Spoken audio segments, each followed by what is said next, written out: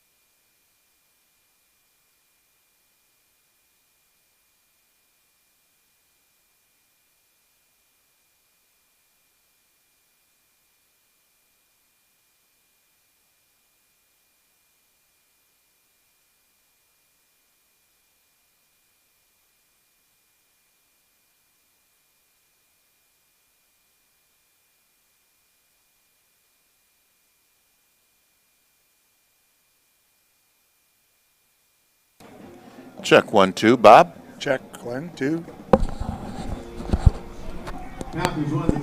Is that better? Good evening, ladies and gentlemen. Welcome to Bill Nelson Field at West Burlington High School, home of the Falcons, for tonight's final home game of the season as the Keokuk Chiefs invade West Burlington with a record of 2-5. The Chiefs are 0-3 in district play or conference play, whatever we call it these days. That would be 3A District 5. Thank you, Bob. Precise. My good friend and colleague Bob Bowen, here to correct me on most of my mistakes this evening, is fighting some back spasms and some injuries, but he still is here tonight to offer his expertise and his commentary on tonight's action. The Falcons are battling a disappointing season, and this might be a game, Bob, that they have a reasonable chance of potentially winning. Yeah, I'm sure the coaching staff is looking at this was one of them that they've got a shot at. Record-wise, the teams are pretty comparable. I did do a little score comparisons of common opponents, and Keokuk has played a couple of the opponents quite a bit tougher, closer games than West Burlington had. But to be fair about that, that was previous to the rash of injuries, right? Particularly to West Burlington's standout running back, Trayvon Donaldson. So it's Trayvon Donaldson going down for the year is relatable to Tom Brady going down for Tampa Bay, if there is such a comparison, well, right? As far as being value to his team, yeah, right. I would agree with that. He was their leading rusher, leading receiver, also was one of the top defenders, so he was a key cog that is no longer on the field. But he's still a team leader, and he's with the team tonight. It's senior night. And the Chiefs will be kicking off now to the Falcons. And they onside it. And that will bring up a fortuitous first down and 10 from their own, what would you say, maybe the 30-yard line. Let's see where they're at. But that's a good start. Looked like that was number 28-yard line, yeah. Number 17, Matthew Booten, who jumped on that. There's one of our favorites, at least one of my favorites. His name is brought up a lot. He's an active young man, whether it's special teams, defense, offense. Falcons, as you can see if you're watching at home, in the all-green uniforms, and the Chiefs from Kansas City, the Chiefs from Keokuk. Doesn't even look like they're wearing purple. Looks like they're wearing black tonight, but black pants, black helmets. And here's Caden Schwenker leading the way and handing off up the middle to Vandenberg, and he is bringing about 3 or 4 defenders with him. Tough running, as he does every time he touches the ball. And fortunately, that time he had a little running room and made the most of it. Went for, about 11? Picked up the first down.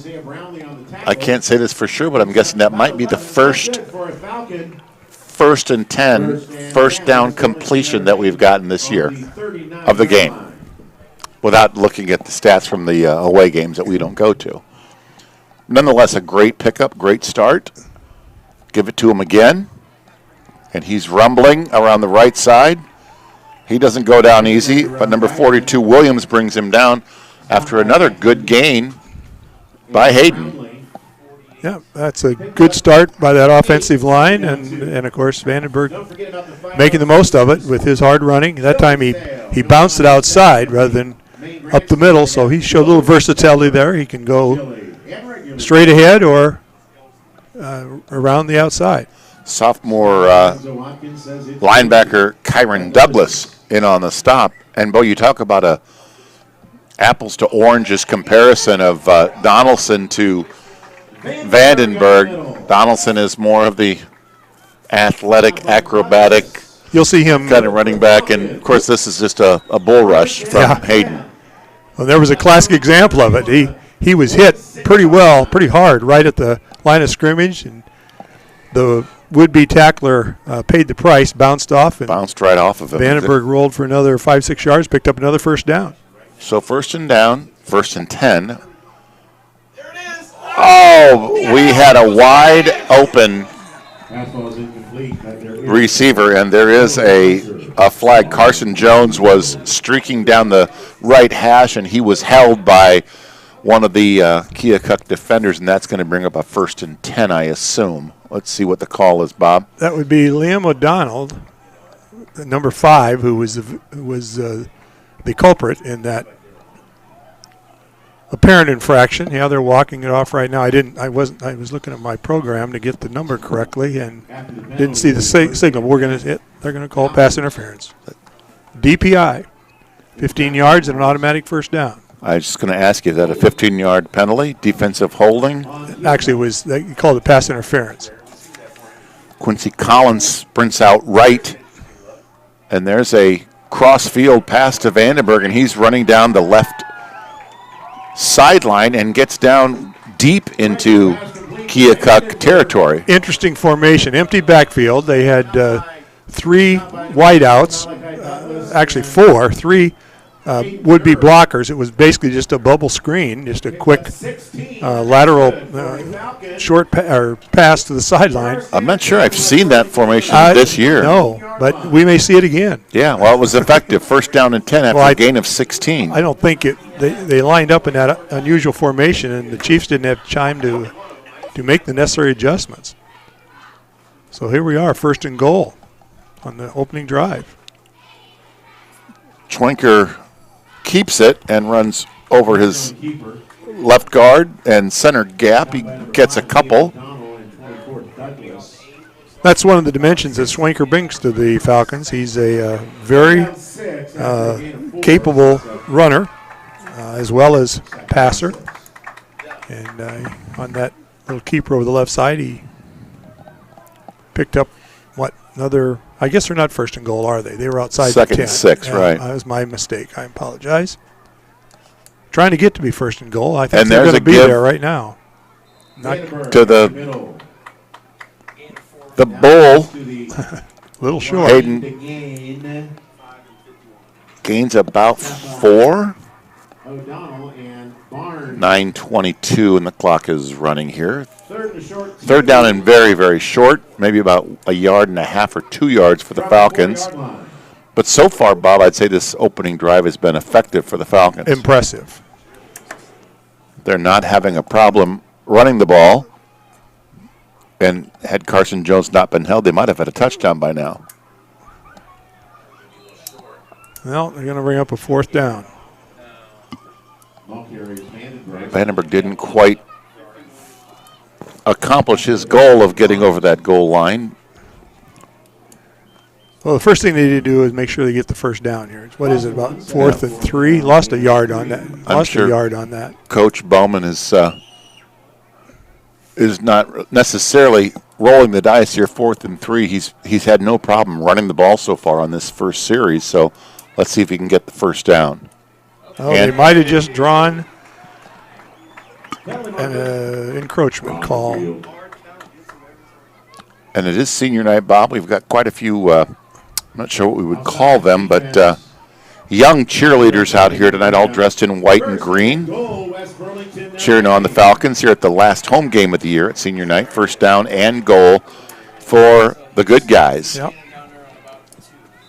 Well, done a nice job with the hard count. They've been going on the first count, I think, every snap so far. Went the hard count. Actually drew about 2 Chiefs into the neutral zone. The Chiefs have a couple of big Huskies up front. Actually, we are measuring for this, but it's still going to be 4th and very short if they do not make it. One of the tackles up front, number 54, Alden Durr, is a senior. He's 6'3", 215. And has been one of the stalwarts up front for the Chiefs this year. And we are short, Bob. Yeah. I didn't see. Normally the referee will see. Did you see him signal? About a half a yard, maybe? Right. It says 4th and 2 on the scoreboard. I'm guessing it's maybe 2 inches. A little less than that, right. Does the scoreboard indicate inches? I don't think so. Okay, then it's probably. But this would be a big first down, or big, I should say, And there goes Hayden, and he is in for the Falcon touchdown. That's one of the most impressive opening drives we've seen this season, Bob. Yep, they took that opening kickoff, drove it right down the field. All running plays, had one pass interference to move it 15 yards, which probably obviously was their biggest gain of the drive, but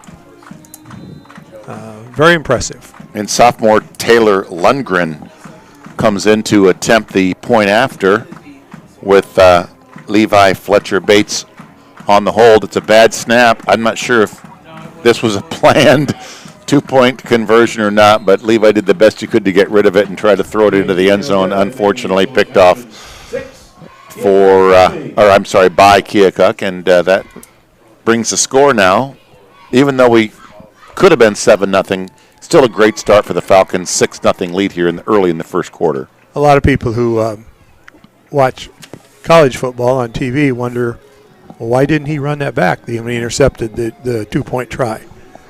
High school, that's not part of the game. This becomes a dead ball, essentially, then? Yep. It becomes an unsuccessful try, and the play's over. If it's intercepted or if they recover a fumble or any kind of a turnover. Well, unfortunately, we didn't convert. However, we did convert on the touchdown. Hayden Vandenberg rumbled over from about the 2-yard line, or maybe less than that, for a 6-0 lead here in the first quarter here at senior night. WBND Falcons have had a frustrating season. We all know that. But as Coach Bowman has told you and me on numerous occasions, he is very proud of his players. And they show up to practice, they fight hard, they're working hard, and they have not shown any sign of give up. I think they only got 10 Chiefs on the field. 5, 6, 7, 8, 9. No, there's 11. My mistake. And there's the kickoff taken by number 11, brought down by number 6. I believe that is Quincy Collins. Nice open field tackle. Yeah, very nice. Diego Garcia, the junior, 6'1", 165 flanker, brought it out to about the 27-yard line. 1st and 10, Keokuk. We'll have to see what kind of a offensive attack they're going to present. They've got an athletic sophomore quarterback. As I mentioned to you when we were visiting before the game, I saw him play against the Greyhounds earlier in the year. And there's the give to, looks like number 24. Can't read his name, but didn't get much. About a yard. 2nd down, now and 9. It's Malachi Douglas. He is their leading ground gainer for the season. He came into tonight, averaging 4.6 yards per carry. So you mentioned the quarterback for Keokuk, Bob. He's a sophomore. Yeah, Brendan Howard. Number 8. There's a keeper up the middle, but he's going to go nowhere. Brought down by 2 or 3 green shirts. And all of a sudden it's 3rd down and maybe about 8. Well, I think, although it's very early in the game to maybe be making this determination, but based on the Falcons' opening drive and their first 2 plays from scrimmage, you got to believe that the trenches are being dominated by the green uniforms. So far they are. It's 3rd down now and 7:07 remaining to play here in the first stanza. Carson Jones, the big tight end / defensive end, in on the stop there to bring up a difficult 3rd down situation for that sophomore quarterback. He's going to roll right, and he reaches for the pylon, so to speak, and he might have got the 1st down. Let's see if he went out of bounds. Short. I think you're right, Bob. Just maybe a yard or about a yard. Be interesting. Pretty impressive run by the quarterback in trying to reach out to grab that 1st down, but about 10, 4th and 1. There. 4th down and 1, Bob. I see no punt formation. Big down. Boy, the Falcons get a stop here and have this kind of field position. Yeah, they're going maybe trying to draw them. And it looks like a little misdirection. And what a surge by the Falcon defense. Quincy Collins just burst through that left side of the offensive line of Keokuk and dragged him down before he had a chance to look north or south. Collins blew up a broken play. I think he was looking to hand the ball off, and either the quarterback turned the wrong way or the running back was not in position to receive the handoff. So he tried to make something out of it, and Collins made sure that he didn't. 27-yard line. So here we are. Yeah, Getty Bull now checking into the offensive lineup for West Burlington Notre Dame. Levi Fletcher Bates also heading back into the huddle. And here we go, Bob. 1st and 10 with a 6-0 lead, and we're on the 27-yard line of our opponent. And this is, so far, a pretty positive start for the Falcons. See what kind of adjustments the Keokuk defense makes here after that opening drive. They kind of saw what the game plan is. And Schwenker fakes it to Vandenberg, gets some blocking, and runs it right over about the 20-yard line into a second down and maybe 4 or 5, it looks like. A great call. I really like that offensive call. You gave the fake hand off the belly into Vandenberg, who ran wild the first drive, pulled it out, and the athletic Schwenker took it himself around right side, picked up 9, makes it 2nd and short. Yeah, I don't have his stats in front of me, but boy, he's been an impressive weapon for the Falcon offense, especially when Trayvon went down with his injury. There's a little quick flip. Flanker to Malachi Allison, a little jet sweep, and it did not fool the Chiefs. No, they sniffed that one out. Slow developing.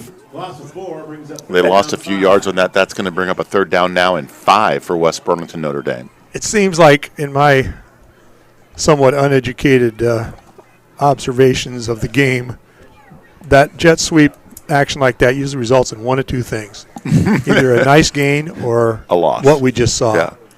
And so far, we've seen some pretty good success giving it to Vandenberg, and let's see if they do it again. No, it's going to be a Schwenker keeper, and boy, is he got some daylight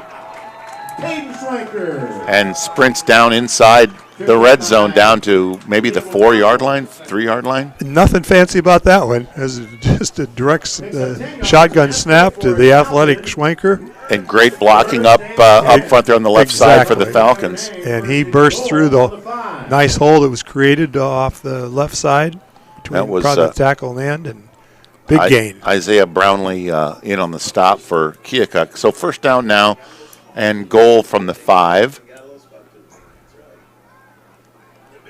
The big fella churns his way up towards the goal line. Not quite over it yet, but that's going to be a gain of maybe 2 or 3 yards. The clock is still running. It's amazing how quickly these quarters can go. 4 minutes and 32 seconds remain. We are up 6-0, but trying to add to that and pad another touchdown onto our lead.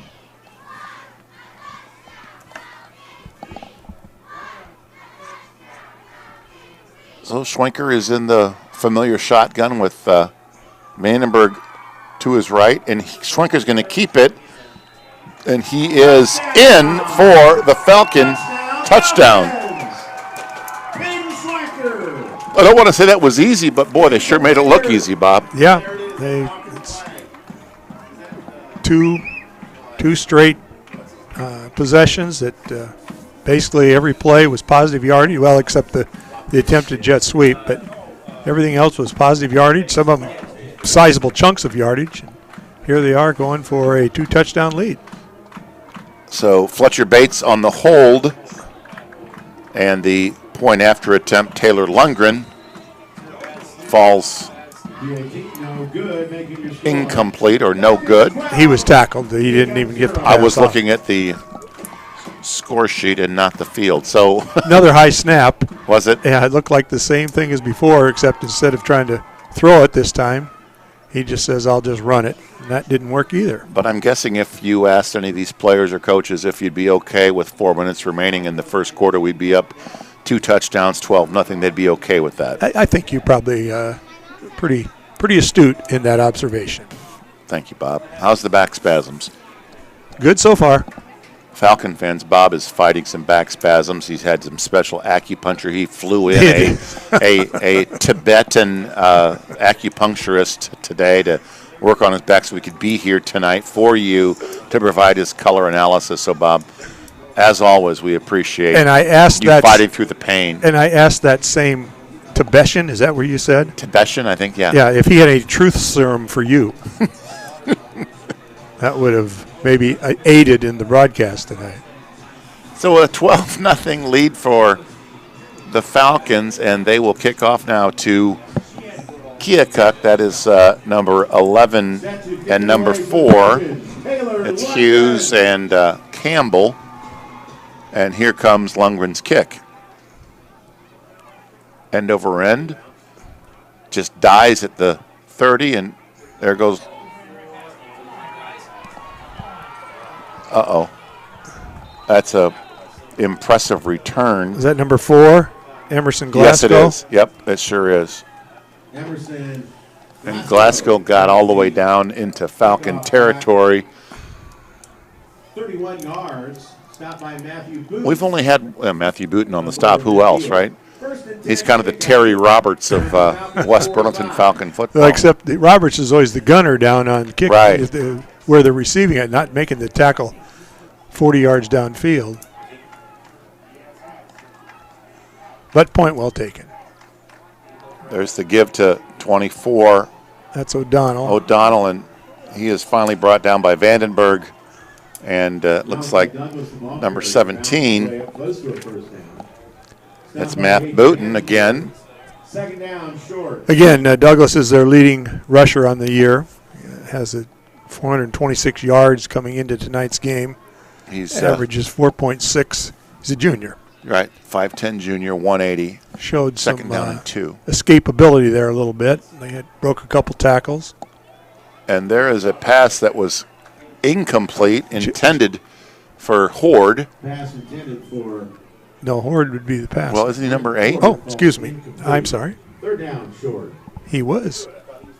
Well, I thought he was the quarterback, too. The PA guy was asking the same question. I'm not sure who threw, unless that's number 9, Drew Campbell, potentially. 9 was the intended receiver, and looks like Horde was the one that threw it. So, yeah. Pardon the. The 9 does look like an 8. Yeah, he's got his. So that is Drew Campbell, spread wide left, and here comes. Nice tackle. The quarterback, Horde on the keeper. He almost gets the first down. Number 9, Drew Campbell checked out the incomplete pass. And yeah, that tackle was made by, it was Vandenberg, number 16. And Horde is looking a little gimpy. He must have got dinged a little bit on that last play, but it is 4th down and 1, and looks like a short the one. Chiefs are going to go for it. Yeah, if they went for it on their own, whatever that was, 42 last time, you'd think they would go from the opponent's 30. Nope, we got a timeout. Time out by the Falcons. We'll take a quick break and be right back with you with the Falcons leading the Keokuk Chiefs 12-0.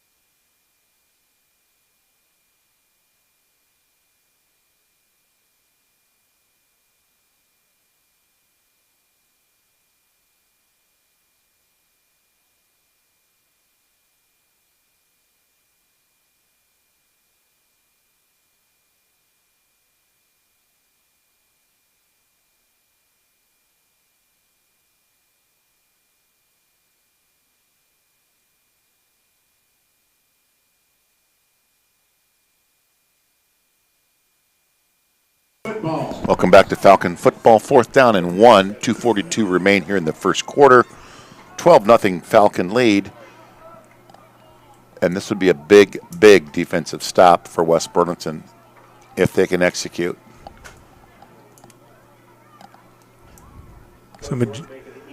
Some adjustments being made by both teams. And now we have a timeout called by Timeout.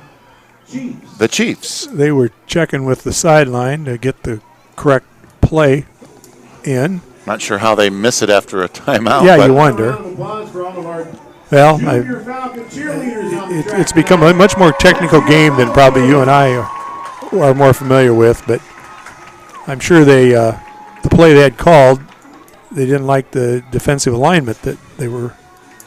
That would likely Gonna be indicate facing. that Coach Bowman's defense was something that Keokuk did not like, and this is why they forced them into the timeout. Exactly. The junior Falcon cheerleaders, gosh, there's got to be how many of them out there, Bob? That's a bunch. And they're all They always having a do. great time. They always do a little program for them.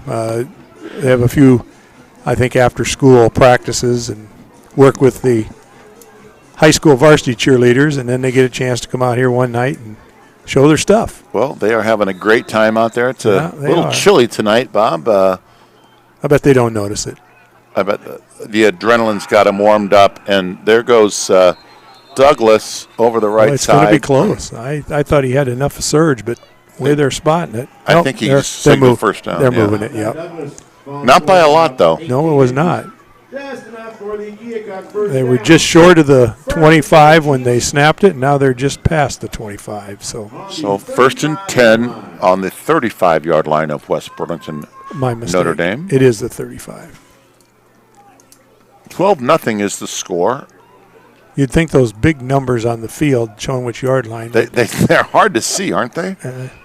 either that or I'm not seeing well, one of the two. And there goes Horde rolling, and throwing it out of bounds. What do you think that flag is, Bob? I'm going to guess the umpire threw it. It's probably going to be holding on the offense. And I There think was really nobody near the ball or the area where he threw it. he was under some pressure. I was trying to see who was chasing him as he was rolling out. I didn't get a good look at the number. It was Is infraction on Keokuk. so we got an ineligible downfield. That's a 5-yarder. Not lost it down. Bentley pushes the ball back. Well, that's good news for the Falcons. First and 15 now. Ball is sitting on the 40-yard line. First time Keokuk's had to work from behind the stakes, so we'll see what they dial up here. Little bubble screen. Looks like Chase Eklund with the carry after the catch. Might have gotten about 3 or 4 yards. Caden Schwenker, the first Falcon. Schwenker makes the stop for West Burlington. Looks like he got most. He got the penalty back. So it cost him a down. Now they're 2nd and 10 instead of 1st and 10. I'm going to guess the temperature is probably around 44, 45 degrees when I pulled into the parking lot. A little bit of wind coming. Interesting because when I walked in here, those flags were completely limp. And here's a little jet sweep to Emerson Glasgow, the senior. Not enough for the first down, but he gained, I'm going to guess, Looks like 5 or 6. more than that. Looks like almost 8. Yeah. Third down and 2. On second effort. Well executed play by Keokuk. Third down now and 2. Ball's on the Falcon 26. Horde in that familiar shotgun formation. He's going to keep it, and he's going to gain a bunch. Knocked out of bounds by number 10, Dylan Kipp. But that was enough for a first down. Well, Keokuk's had an impressive drive here. They overcame the 5-yard penalty. Almost looks like a different team here in this possession versus the previous possessions. Yeah. The way these two teams are moving the ball now, we might be in for a shootout. Yeah, 12-0 is your score. A minute to go here in the first quarter. Ball's now on the 14, 1st and 10 for the Chiefs. They're 2-5 on the year, 0-3 in district play. And there's a shotgun snap, and we have a flag and a pass and an incompletion in the end zone and another flag, Bob. With multiple Well, the first one is thrown by the umpire and right at the line of scrimmage, which could be a variety of things. I'm guessing one of them is going to be holding. Yeah, I thought maybe it might be an illegal block, like a chop block or a cut block of some kind, but we'll see what we got here. That's what it was. It was a chop block. I had a feeling that's what he was calling. And we got penalties offset. Repeat first down. I didn't quite catch his seconds. No, it was not pass interference. Whatever it was, it offset. Yeah, it did. So we're going to replay that first down and 10 now with a minute to play. The chop block you astutely pointed out quickly. But either way, no harm, no foul. 12-0 is still the score, 1st and 10, Falcons. There's a little pass attempt out to his running back. Pass intended for Campbell. Drew Campbell falls short, Second down 10. and that's going to bring up 2nd down and 10 for Keokuk. I think they like the ball in the hands of this quarterback, Horde. He's can do some things. He's shown his ability to run the ball. Hasn't been real effective passing the ball. That pass was errant. He's certainly not very big. He's 5'10", 140, so he isn't going to beat you with his size, but he is certainly athletic and quick. And now he's flushed out of the pocket. He's going to keep it, and he is down inside the 10-yard line, down to the 5. With his running ability, flushing out of the pocket isn't always a positive Right. strategy. He's pretty effective running the ball. Yeah, He's their second leading rusher on the year behind Malachi Douglas, excuse me. so it's on the 5-yard line, 3rd down and 1, 20 seconds ticking off the clock. I'm not sure they'll get this play off or not.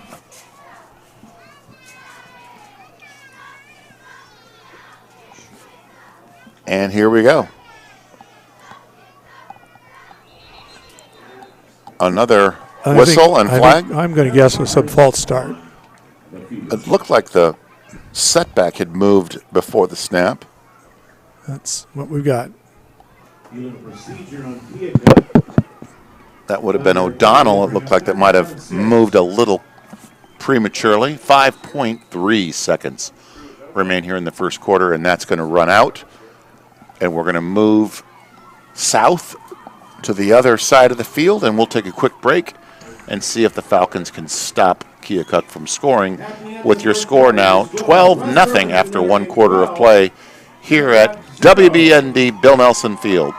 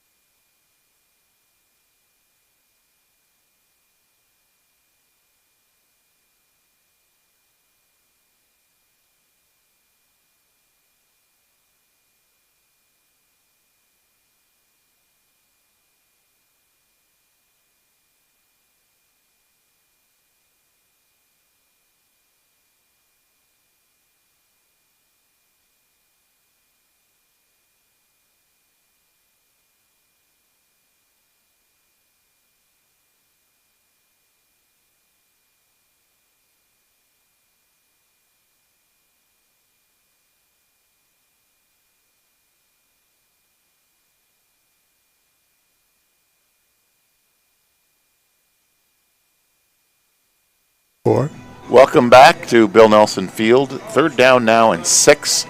Keokuk threatening to score here in the start of the second quarter. Well, that illegal procedure foul certainly makes it a little more promising for the Falcons to get the goal line stand here.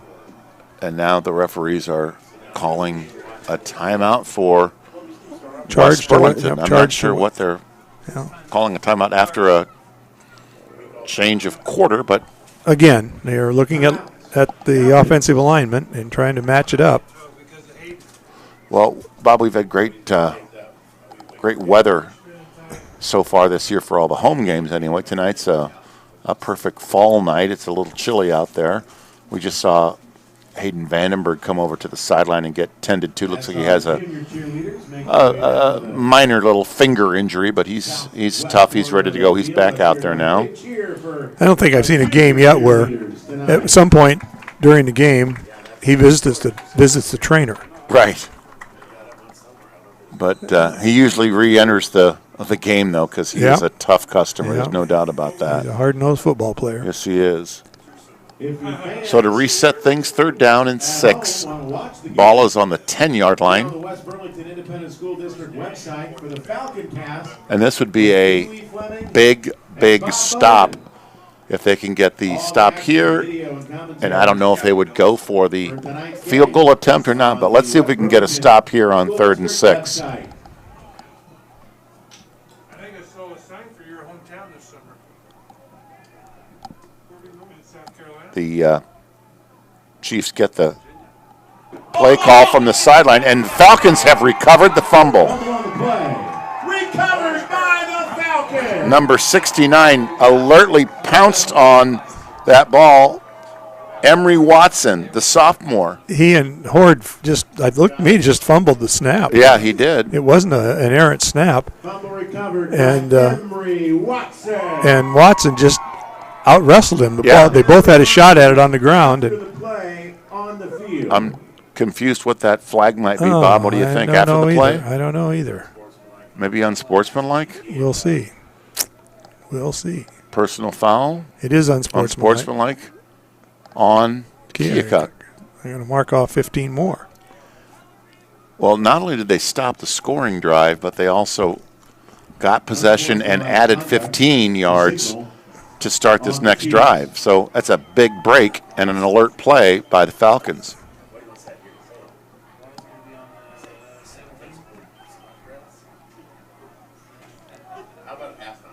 Looked to me like Horde was maybe a little bit guilty of trying to do something before he kind of looked like he was moving before he actually had received the snap. And it wasn't a perfect snap, but it was certainly at his belt or his hip, and he must have taken his eyes off it. And as you said, Bob, they march off 15 yards up to the 31 or 32-yard line now, and here come the Falcons. Schwenker keeps it. He's going to throw. Complete. Out to number 7. Schwenker's pass complete. That's Levi Fletcher Bates, the sophomore, 5'9", 135 with a catch. And he hobbles off to the sideline. He might have got banged up a little bit there. But it is a first down.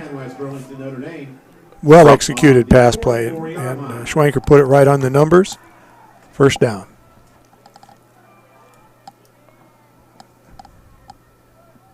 Puts his man in motion, gives it to Hayden Vandenberg, waiting for his blockers, and he is rumbling and stumbling, and finally brought down after a significant gain.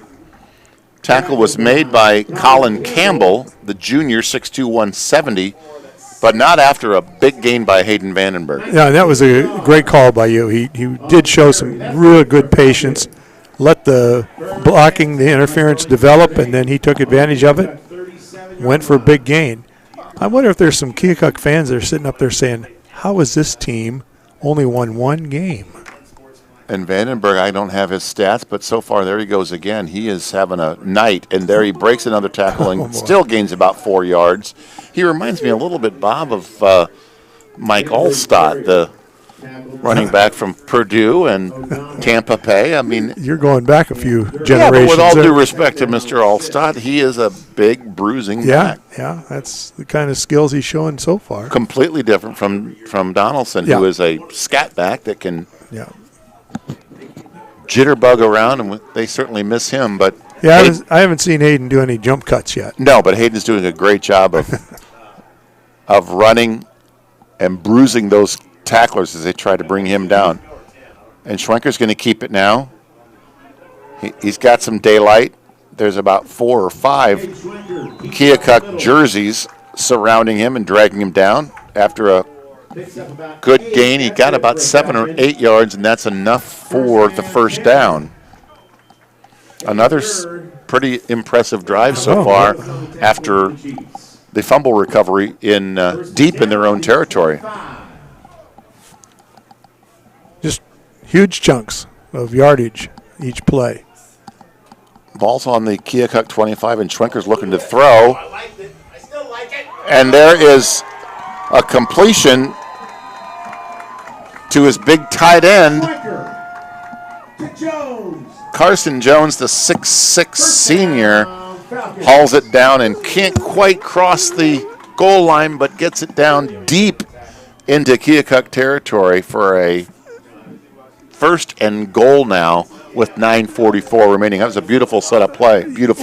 Well, and it was beautifully thrown. He threw it up where only the 6'7 receiver was going to catch it. And to his credit, Jones went up and hauled it in traffic. Nice little pump fake to the outside, and Caden threw it right over the defender into Carson's hands. And there is a Vandenberg touchdown. He burst right over that center guard gap and into the end zone for a Falcon touchdown. And we do have a penalty marker on the play, Bob. Yeah. Not sure where that flag, I think it was the umpire again. It was.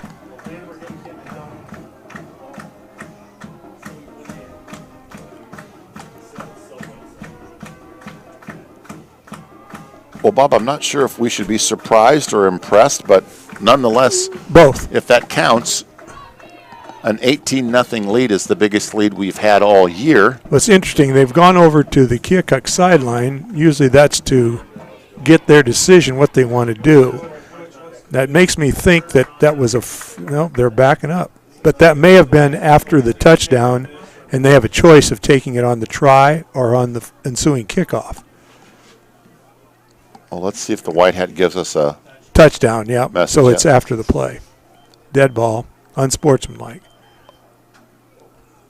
So it looks like they've... Well, despite the penalty, it's still 18-0. They've opted to have that assessed on the kickoff. Our halftime guest this evening will be SCC basketball coach and legend Lorenzo Watkins, so be sure to stick around for halftime. We'll ask Lorenzo about his upcoming season and recruiting. And there's the two-point conversion, which falls incomplete. That was intended for Allison, falls incomplete, but nonetheless, as we said, Bob, I think they'd take 18-0 with 9:25 to play in the second quarter if we told them that was their option before this game started. Yeah, I think you are correct. Let's take a quick break, Bob. We'll be right back with Falcon football.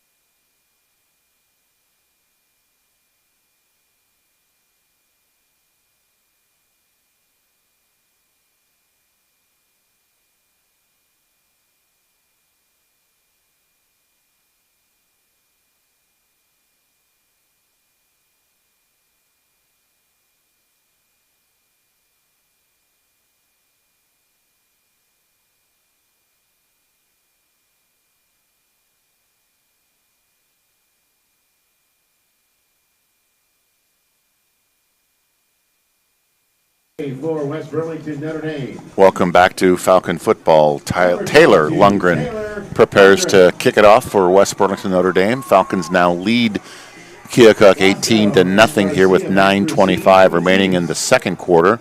An excellent offensive start. Defense has been playing well, took advantage of a turnover. So far, everything's going pretty well for the Falcons.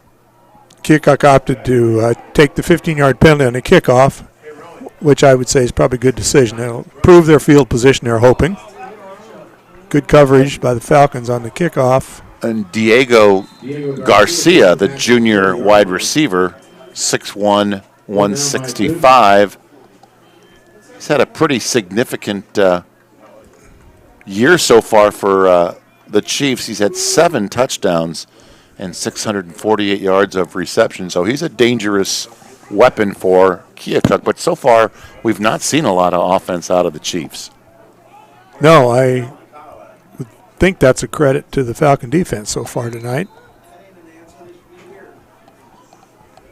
So Brenton Horde, the sophomore quarterback, looking to throw and completes the pass to Chase Eklund, but he is stopped immediately in his tracks. Schwenker was made the tackle. He read that beautifully. He saw that little swing pass out there and came up quickly and almost hit the quarterback or the receiver as he was catching it, but just fortunately it was a fraction afterwards. And he actually gained a yard. It looked like he might have lost a yard, but 2nd down and 9 for Keokuk. You're looking at where he ended up after he got hit by Schwenker. Right. Keokuk back about 5 yards. 2-5 on the season. 0-3, and as we said in district play. And another flag out there. I'm not sure if they hit him out of bounds. He was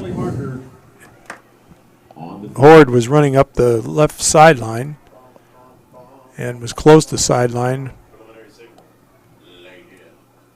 Personal foul on the Falcons. Would that be a late hit out of bounds, most likely? Well, he didn't signal dead ball foul, which is normally, but that doesn't necessarily mean that wasn't what happened. And that penalty is 15 yards. Well, that's unfortunate. The ball now rests on the Falcon 40. The score, if you're just joining us, 18-0 in favor of West Burlington. And there's a quick pitch. And he's got room to run. And that was Emerson Glasgow, the senior, with a flag on the play there, Bob. I'm guessing that might be a late hit out of bounds? Nope, we've got a hold on the Chiefs. I thought that's what was coming. All right. The flag wasn't thrown over by the sideline. It was thrown out in the field of play, which would indicate that it was not cheating. One kind of cheating, not a late hit. Accidental cheating. It's all cheating, and there's a yellow flag, Bob. Come on. Yeah. Either way, cheating or not, it's 1st down and 15 now for Keokuk, and the green uniforms are more favorable to the call being cheating on this team. Correct. After the penalty, 1st down and 15. So it's 1st and 15 with a little over 8 minutes to play here in the 2nd quarter.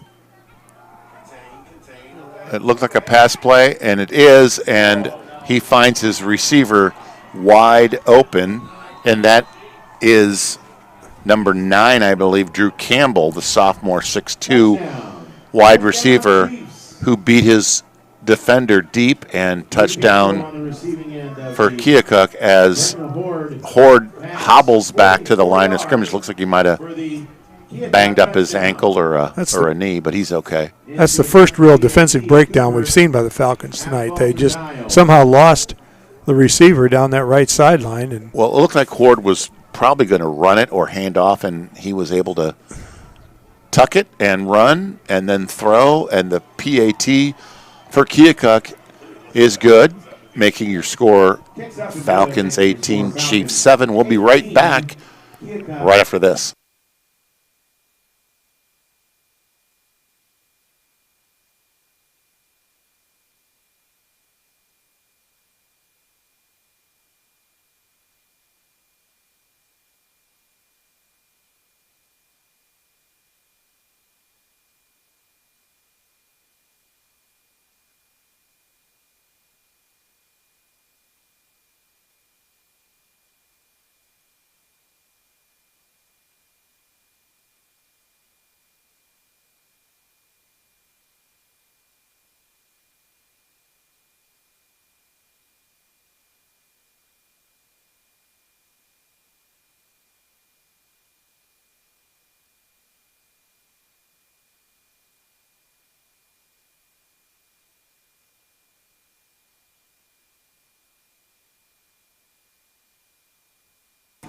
Welcome back to Bill Nelson Field, senior night here at West Burlington, Notre Dame. Falcons lead here in the second quarter, 18-7, and there's a little pooch kick. Isaiah Crow alertly recovers it, covers it up, and first down now and 10 for West Burlington. Not sure if that was an attempt at an onside or if he just kind of whiffed a little bit and didn't make good contact with the ball on the kickoff. It looked like it was on purpose. But it wasn't very onside-ish. Yeah, exactly. I'm not sure what the goal was there, but the good news for Falcon fans is it was recovered by the good guys in green and on their own 43-yard line. Yeah, Dylan Kipp is spread out wide, so is Levi Fletcher Bates. Schwenker gives it to the big fella, and boy, did he just run over a tackler. That was Jacob Mott, who Vandenberg just plowed over. The defender paid a price, as has several of his teammates tonight when Vandenberg's carrying the ball. He has been a brute. Getty Bull checks back into the offensive lineup for the Falcons. Second down and 5. In your absence, Bob, I mistakenly referred to the opposing offense running out of the wishbone. And your would-be replacement, Cody Van Fleet, had never heard of the wishbone before. You're kidding me. No. I was listening to the broadcast. I do kind of remember that. I don't know if he was serious or was kidding, but if you're listening, Cody, that was not the wishbone formation. However, it almost resembled it. Nonetheless, it was effective, and it gained a first down for West Burlington. Apparently, you didn't watch the Oklahoma Sooners back in the 70s. Yeah, with Frank Broyles and Keith Jackson on the call. Whistle blows and stops the play there. Malachi Allison was going to get a jet sweep handoff there from Schwenker, but whistle blew early and stopped the play. Going to step it off 5 yards, I believe. No, the Falcons are faced with their first behind the sticks situation. First and 15 as Allison steps to the sideline and Fletcher Bates checks into the offensive lineup. 7:20 and the clock is rolling with an 18-7 lead here. First down, 15. First down 15 for West Burlington. Schwenker is looking to pass, and he underthrows his intended receiver.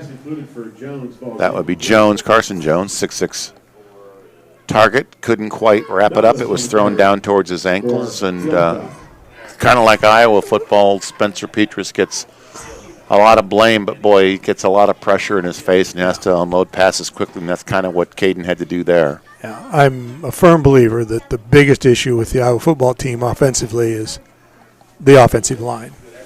It's a combination of that offensive line, and yeah, you're right. I think they just drew an encroachment on the Chiefs. Yep. So get that 5 yards back that they gave up two plays ago on the false start. So Fletcher. Been a lot of yellow hankies being displayed tonight. Second down, 10. Fletcher Bates is back in. Getty Bull steps out. Second down and 10, 7 minutes to go. 18-7 is your score. And let's see what Coach Bowman has drawn up for the Falcons. Looks like a little quarterback draw. Following his blockers is Caden Schwenker. And as you said, Bob, another hanky. This is going to be interesting because the Falcon defender, or offensive lineman, I should say, 70. Yep, he is going to get called for holding. Was that Jordan Nupp, maybe 78? 78, maybe. He lost his helmet, and I thought maybe the defender might have grabbed his face mask or his helmet opening and pulled it off. But when's the last time you saw, other than the Iowa game last week, an offensive face mask? When it's pretty rare. Yeah. Did you see that play? Yeah. And it was exactly the right call. I mean, he tried to stiff arm, and unfortunately, it was not purposeful. It was accidental, but it still was an infraction. But he didn't let go. Well, I think he was trying to, and he kind of got his fingers stuck in there. But nonetheless, we still lost a nail-biter 9-6. I say we for all you Iowa fans out there. Falcon fans, 18-7 your score, 6:38 to go. Second and 17 Schwenker looking to throw. Misses his target, and that's going to bring up a 3rd and 17. Intended for Allison falls incomplete. Intended for Malachi Allison. On the coverage for Keokuk. 3rd down. Back in is Fletcher Bates. It was kind of uncharacteristic of Schwenker on that play. He was not anywhere near to being on target, which he normally is pretty accurate. As the pregame meal sponsor, the Drake. So Dylan Kipp, Levi Fletcher Bates split wide left. One of them might get a chance to catch one here. No, we're going to do a little razzle-dazzle. Oh, my goodness. Dylan Kipp bobbled it. He's going to go ahead and throw it, and it's broken up by Drew Campbell. It unfortunately got broken up before it even had a chance to develop. That throws the entire timing of the play off, and it's unfortunate, but they're faced with their first punting situation. So that's a 4th down and 17 now for West Burlington, and back to punt for West Burlington is Fletcher Bates. Some games this year, Brian, we've seen Fletcher Bates in this formation by this stage of the game multiple times. This is That's his first punt, and it gets a Falcon bounce. Good kick inside the 20-yard line to about the 18 or 19, which will bring up a 1st and 10 after a 34-yard punt by the Falcons. This is an important point of the game right here. If Keokuk can drive the ball downfield, put another score on the board before halftime, certainly makes it a lot more competitive football game if they can get that down to 1 score. They're going to have to march 81 yards in about 6 minutes or 6:15 remaining here in the second quarter. And here come the Chiefs.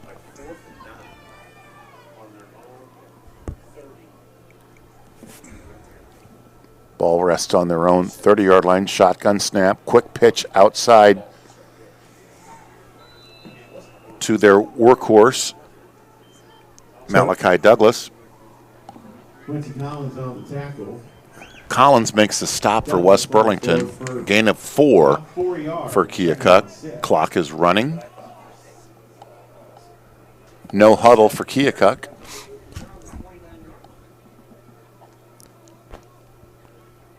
They certainly take their time. They don't really huddle. It's not a no-huddle offense, though, because they're waiting for the call from their sideline. It's not a tempo thing. They're not trying to speed the game up.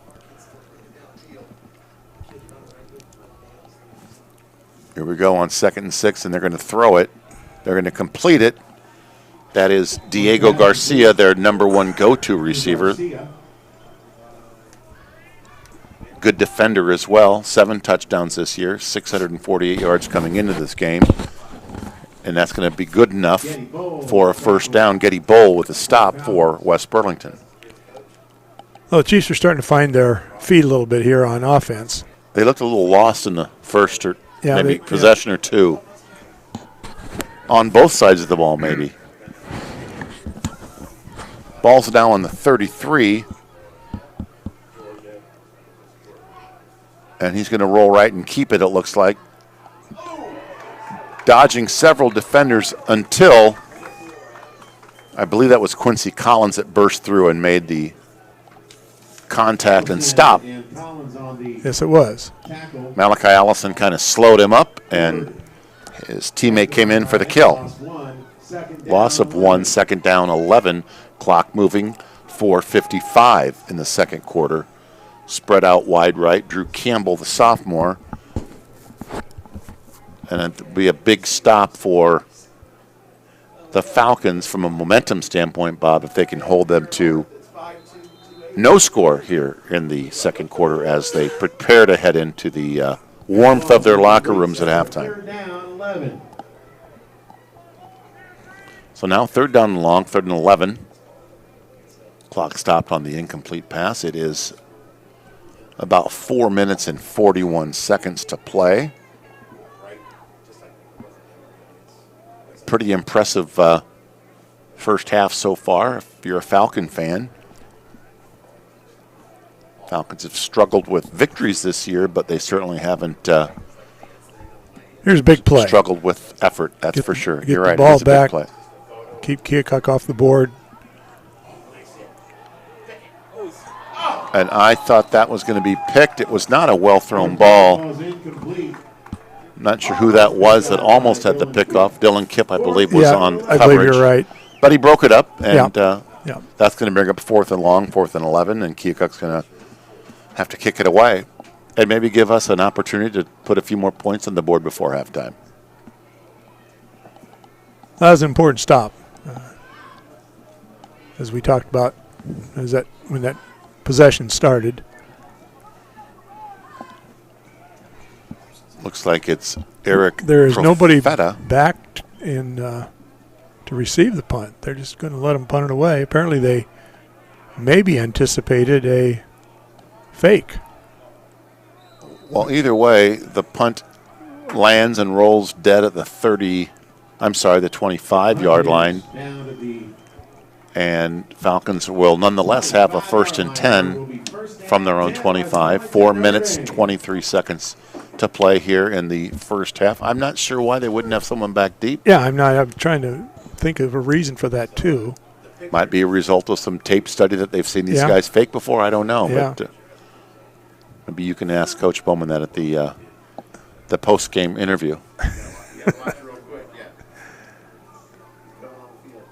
Here comes Schwenker, flanked by Vandenberg. Another flag.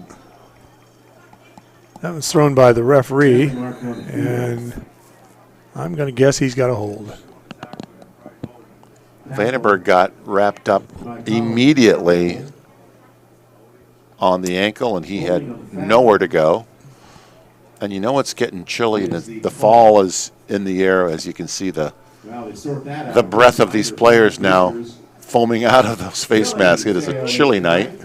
It's football weather. Absolutely. Look at the flags again, though, Brian. Now they're dead, Yeah, no wind. Little breeze came up there for a short time. Just south of the main grandstand near the garage door. Get your chili. Big golf match tomorrow at Burlington Golf and Country Club. It's delicious. I'm sure.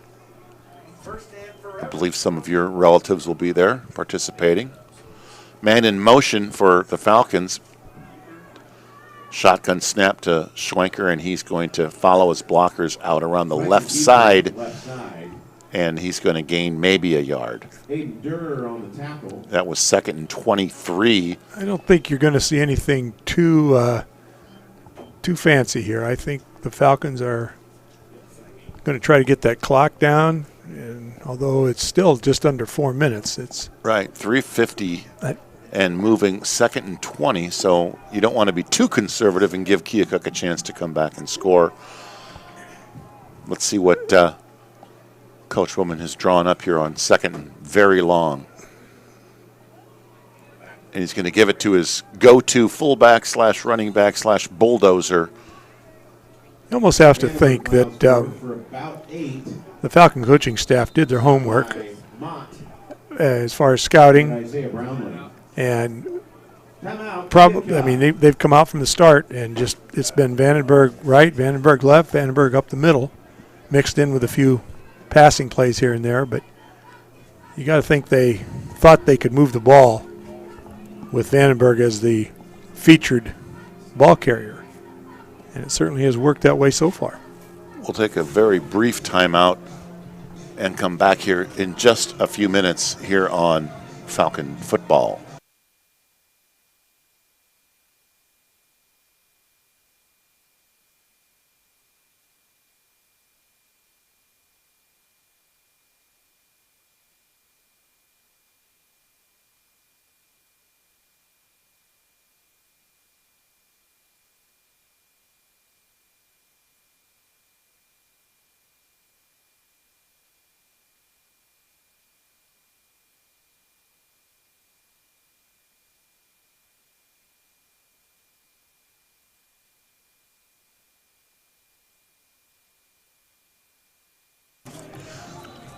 And we're back.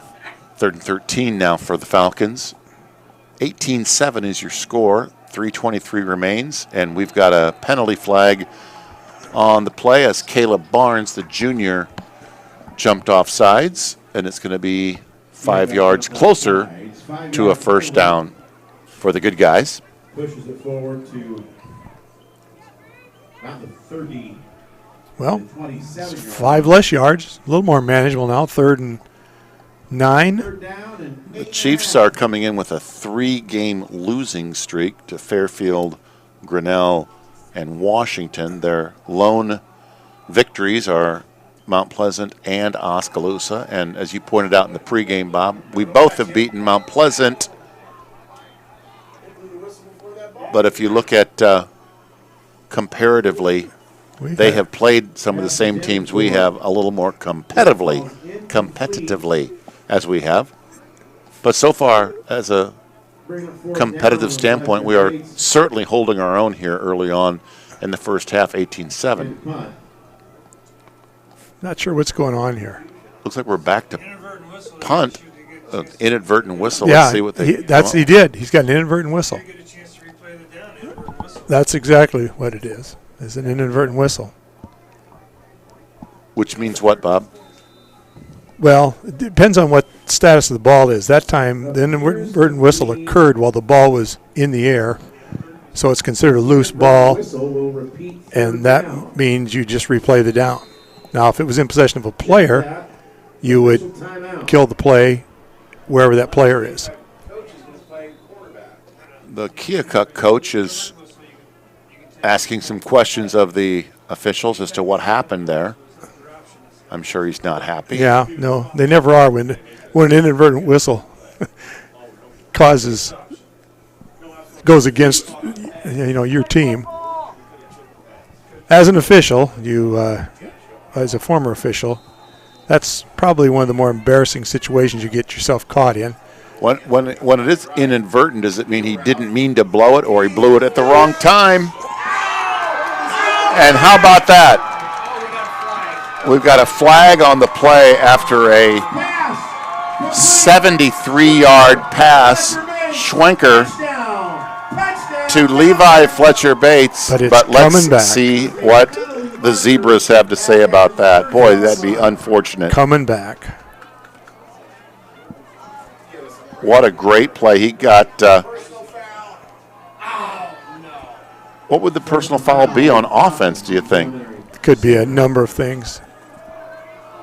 What a shame. That was a perfectly executed pass. Great catch made by Bates. He broke a tackle from his defender and sprinted down that right sideline to the end zone for what would have been a Falcon touchdown. What a disappointment for Coach Bowman. He's asking the officiating crew to explain what happened. What would you say the possibilities would have been there in regards to a personal foul at the line of scrimmage? Oh, it could.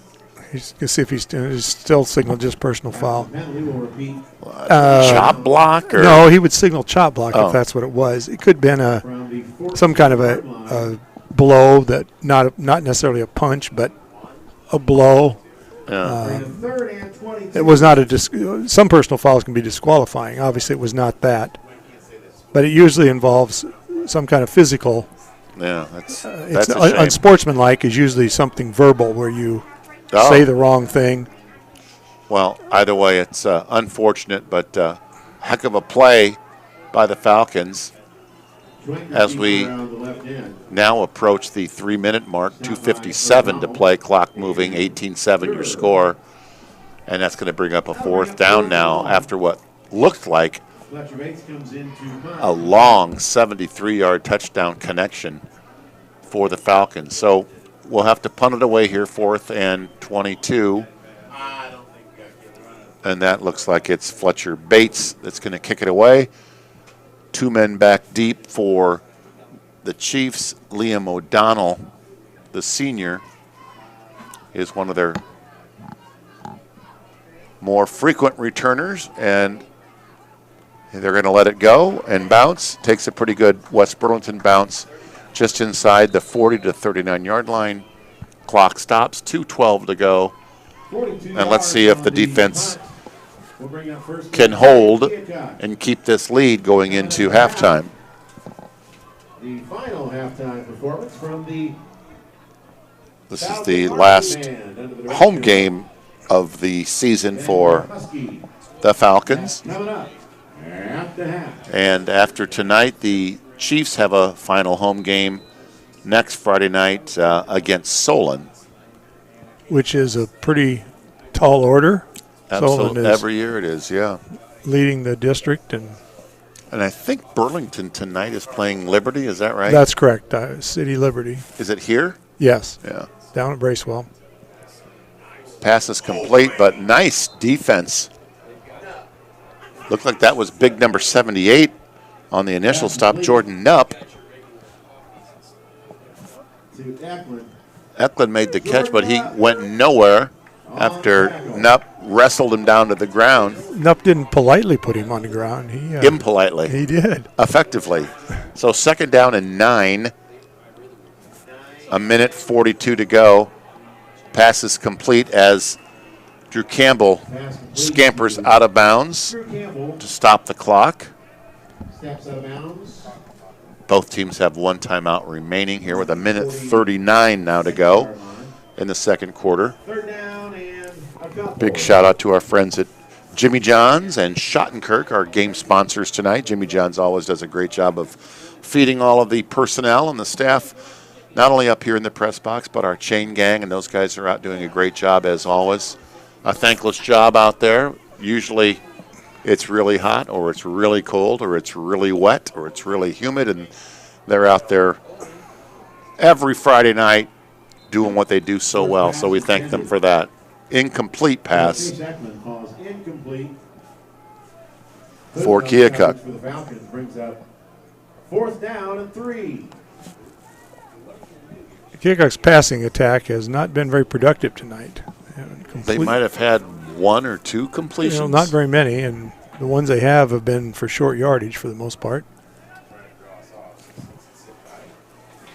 4th down and 3. Not sure if they're going to try to draw us offsides. No, they put their They got a timeout left. Their man I'm Eklund in guessing they're going to motion. run it down, call timeout, and punt it.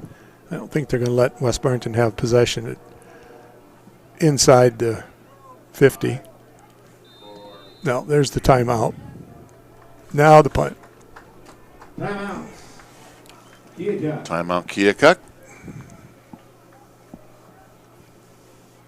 Good discipline shown by the Falcon team on the field as they didn't fall for the hard count, trying to draw the first down on a penalty. Well, regardless what happens tonight, what would your assessment be at this point of the season if you're head coach Bowman and you've won one game? What do you see as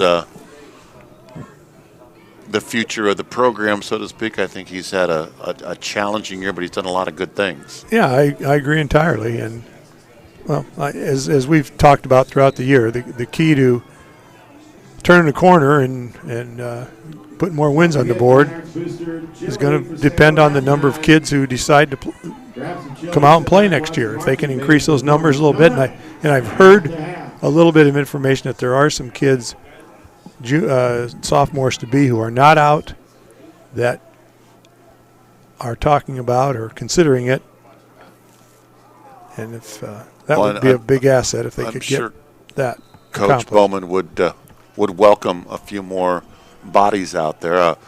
A line drive punt by Keokuk with nobody back deep to receive for the Falcons brings up a 1st and 10 from our own 9-yard line.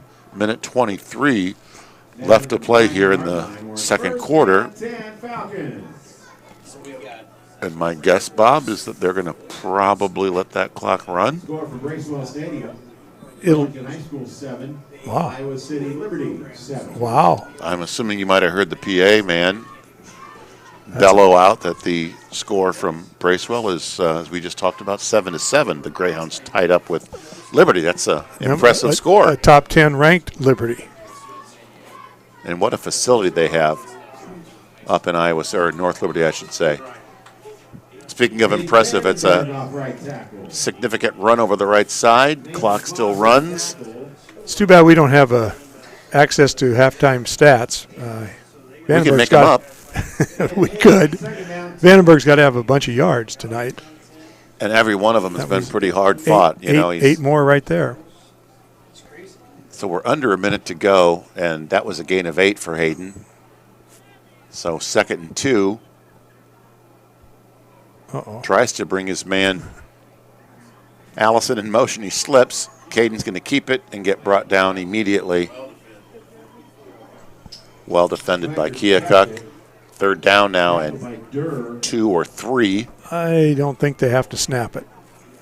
Yeah, the clock is moving at 26, 25, 24 seconds It was here. under 40 when they play was blown dead. So, yep, they're done. I see Coach Bowman waving them off, and let's head to the locker room, guys. Well, like I said, at halftime we'll have a special guest. SCC head basketball coach Lorenzo Watkins will join us for a quick interview just off a trip down to Dallas, Texas. At the half, you're on And we'll be right back with Coach Watkins with your score, West Burlington 18, Keokuk 7. Stay tuned for our special halftime guest.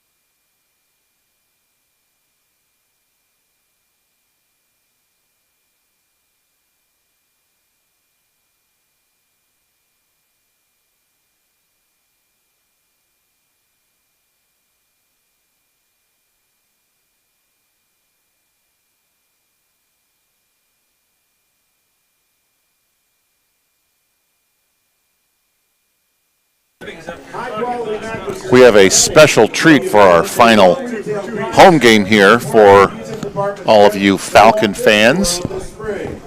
Hopefully some of you, if not all of you, are SEC Blackhawk fans. We've got head coach Lorenzo Watkins up here joining us tonight. And Coach, welcome. I know you're here at most games anyway, but thanks for joining us. Can you give me a quick little rundown on what's happened since the end of last year, recruiting-wise? I know you just came back from a trip down to Texas. How things going so far, and what can we look for in the upcoming season? Things are good. Thanks for having me tonight. It was great to be at the press box to help Casey do some spotting tonight. You're just here for the chili and the warmth. Yeah, the chili was good. I mean, it was unbelievable. What was it, ghost peppers? Yeah, I don't know. Ghost pepper chili. I'm not a big chili guy, but that really, really hit the spot tonight.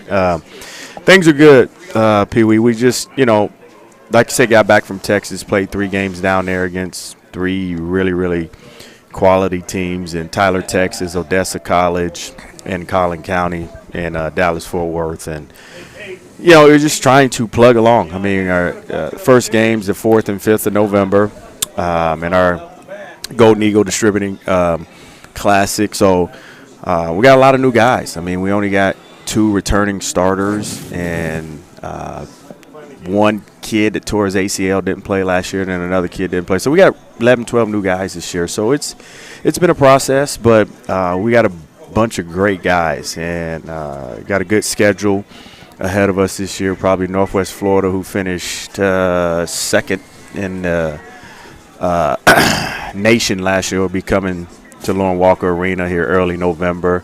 They'll play Indian Hills on a Tuesday and then drive over and play us on a Thursday. So we go down and play the Iowa Missouri Challenge, which will play Three Rivers and Southwest Plains and Poplar Bluff, Missouri. So our schedule is our non-conference schedule is really, really tough this year. So that's why I wanted to take that trip to Dallas, Texas. This Sunday we go play Vincennes and John A. Logan and Southwest Illinois down in Carbondale. So there's 3 more tough teams we'll scrimmage this weekend before we get rolling that first weekend in November.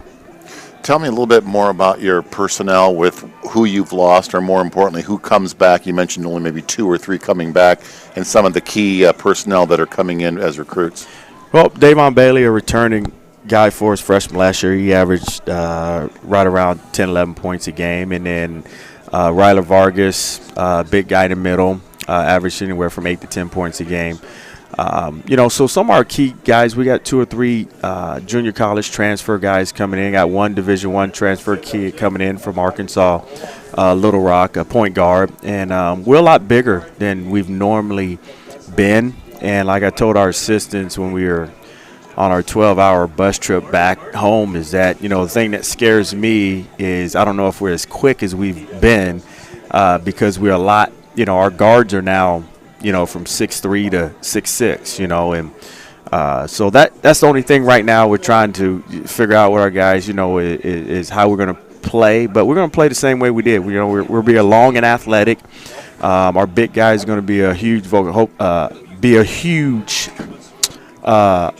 contribution to more of our offense this year. With Vardo Mitchell, the 6'11" kid who didn't play much for us last year, has came along tremendously up to this point. And so with his shot blocking, basket protection ability is going to help us be able to do a lot more on the defensive end. So we got a lot of guys that can score the ball too. My biggest thing I'm dealing with now is we got a lot of talent and trying to get them to understand how we're going to play on the offense and defensive end. And that's what we struggle with down in Dallas, is that, everybody thinks you're going to come down in one pass and jack up a 3 or try to go one-on-one. And, no, we got to play collectively as a team. And it's no different on the defensive end. We're gonna play team defense. There's no one-on-one. We're going to help and recover and try to protect the paint and make teams shoot contested jump shots. We're not going to stop anybody from scoring. And so I tell our guys, I'm going to ask you to block any shots, steal any balls, just be, consistent. Stay in between your man and the ball. It sounds pretty easy because I know you probably could do that, Pee Wee, but so those are the little things we're just battling. Is this, we got so many new guys, and usually it's between 6 and 8 I try to keep it even when you rotating the years, 2-year guys. And this year is a lot because of COVID year. You know, we had a lot of guys that came back, that got their COVID year back. So the kind of the hangover, you know, was all of them left. I mean, we had 8 or 9 guys leave that was, you know, here for, you know, some for 3 years because COVID year didn't count. So I'm excited. I love our guys. We did a great thing today. Went to Aldo Leopold BH over in middle school and hung out with the kids over there. And I got to see our guys in a little bit different environment, and it was great. I mean, it's, you know, it's who I thought they were and who they are, you know, is how they interacted with a lot of the 5th and 6th graders today was pretty good. So I'm excited, and hopefully we can get off to a good start. And after this last jamboree on Sunday, we'll get a very, very good idea of where we're at this early. Do you recruit, and when you're kind of building your program, it's difficult to do at the junior college level when you've got to rebuild it essentially every year or every 2 years, being a 2-year program. Yep. Do you build your program around the style of play that you want to play, or sometimes does it depend on who you bring in talent-wise and what they bring will dictate how you play? I think a little both, but I like to try to recruit. There's some kids that I would love to, like I'm sitting there watching games and I'm like, God, I want that kid, but I don't know if he's going to fit what we're trying to do. And then there's some that I think, you know what, I might be able to get him to get – by Christmas time, by conference time, get him in a situation where he'll be able to perform, he'll be able to play the way we want to play. So, but a lot of it, though, you know, Pee Wee, is about, you know, tough guys, you know, athletic, be able who want to guard, you know, do all the tough guy stuff, you know, be able to take care of the ball. You know, skill level is always going to be there. What guys are going to sacrifice, you know, looking at the guy left or right of you and being able to coexist with a guy being as good as you or better than you. And see, you can see that a lot when you're watching these kids playing in high school and the AAU programs. You can tell the ones that will be able to, you know, get along with, you know, guys that are as good or better than them. And then there's some that just, it's hard for them. And we got 1 or 2 guys right now. It's tough for them to understand that you got to do things without the ball. We don't need you to have the ball in your hand every possession. Now you got to be a better basketball player without the ball. Well, good luck. Congratulations on all your past success, and I know there's a lot of fans out there that are excited to see what Blackhawk basketball is going to bring this year, and I know I'm excited. I know a lot of fans out there are excited. We know you do an excellent job, and we wish you the best of luck, and thanks for joining us tonight. Thanks for right. having me. Good luck, Coach. Go Falcons. Yep, absolutely. That's the father of Mason Watkins, a future SEC Blackhawk potentially, and Quincy Watkins, head coach of the SEC Blackhawks.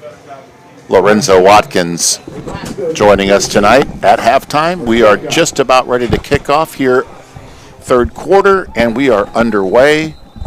And another whistle and flag. Must be an offsides call, I'm going to guess, Bob. Penalty marker on the field. Well, illegal procedure. It might be they weren't lined up correctly. You have to have a certain number on each side of the kicker. Are there times where you almost feel as an official that you just don't want to have to blow the whistle for something as insignificant as that? There or you are. just got to be consistent, There don't are. you? Well, you use some discretion. Might it depend on the time of the game and the score of the game, too? Not so much that, but the impact of the infraction upon the game. So I assume that was a 5-yard infraction for the penalty, and he'll kick off now from his own 35-yard line. And the kick was going to go out of bounds. Yeah. Wait a minute. A flag was thrown. So did he recover that ball in bounds? Well, it looked like he was trying to, but the flag would indicate that it crossed the boundary. So Penalty marker on the field. we'll see what they come up with. Quite a bit of activity for 2 rather routine kickoffs here to start the second. Yeah, you got a lot of options on this. They can Excuse take me. it where it went out of bounds. They can take it 5 yards back and re-kick. And they're going to... I don't know that it's going to have a significant impact to this series, but we're going to find out where we're going to put the ball and let the Chiefs take over their first possession here, the third quarter.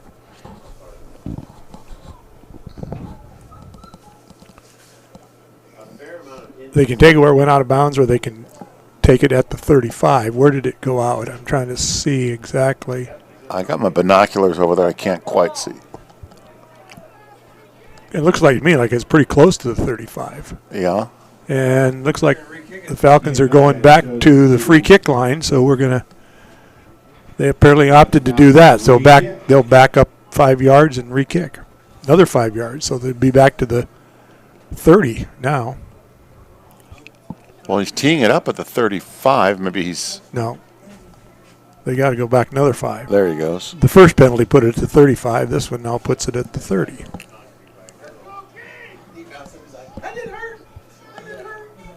So, And that's probably a pretty good decision. They were going to get the ball around the 35 and back them up another 10. I would guess they're going to improve their field position. Probably. sophomore Taylor Lundgren will kick off now his third try to get the third quarter started. And here we go. Well, that's a better kick. That's the better kick of all three. Fielded by Thompson, and he is looking for some daylight up the middle. Gets a couple of yards. We got a flag, and we got a little bit of pushing and shoving going on out there. It was a late hit. I didn't see who initiated that contact. Well, so far, in less than 8 seconds, we've had 3 penalty flags, so to speak, here to start the third quarter. No one wants to see that, especially a unsportsmanlike conduct call. Looks like some of the Falcons are talking to each other about settling down and not getting too emotional. Let's see what the officials come up with here, Bob. Must be maybe you're going to have offsetting. Unsportsmanlike on white, unsportsmanlike on green. Offsetting.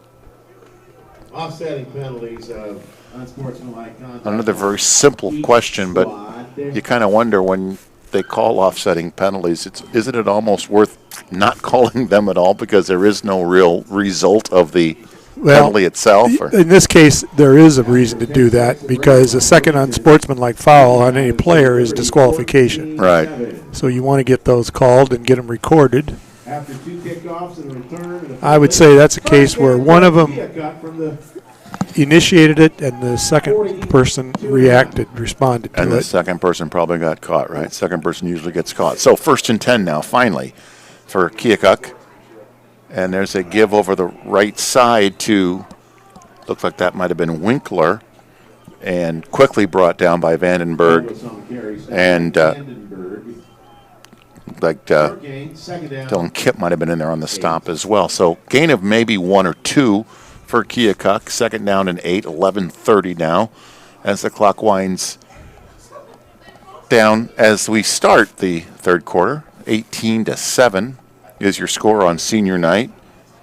Brenton Horde, sophomore quarterback, looking for the call from the sidelines, and he's going to quick pitch it out to Malachi Douglas, the junior, and he reverses field.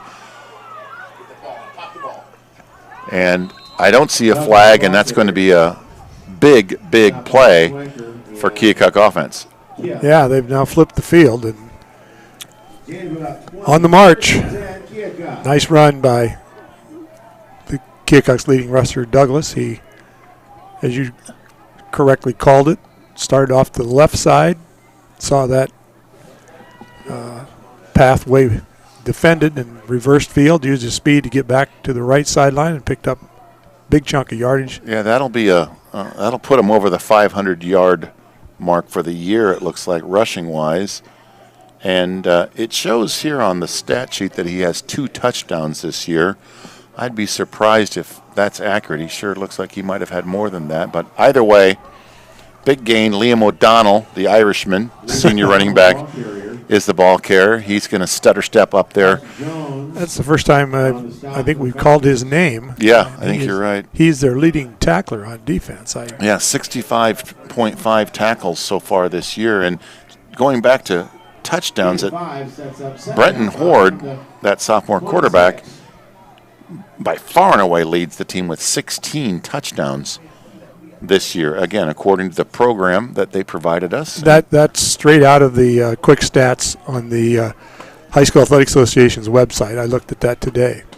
Well, he is back to pass, and he's going to get a little pressure. He's flushed out of the pocket. And we've got a hold. And we got a flag, and he's almost sacked, and he's got a man wide open for a touchdown. But let's hope that is a hold, and it's going to come back. The fact that the referee and the umpire are not going downfield tells me that it's coming back. Preliminary signal, illegal block in the back. That's Drew Campbell, one of his favorite targets with the touchdown catch that will be brought back. He's the 6'2 sophomore.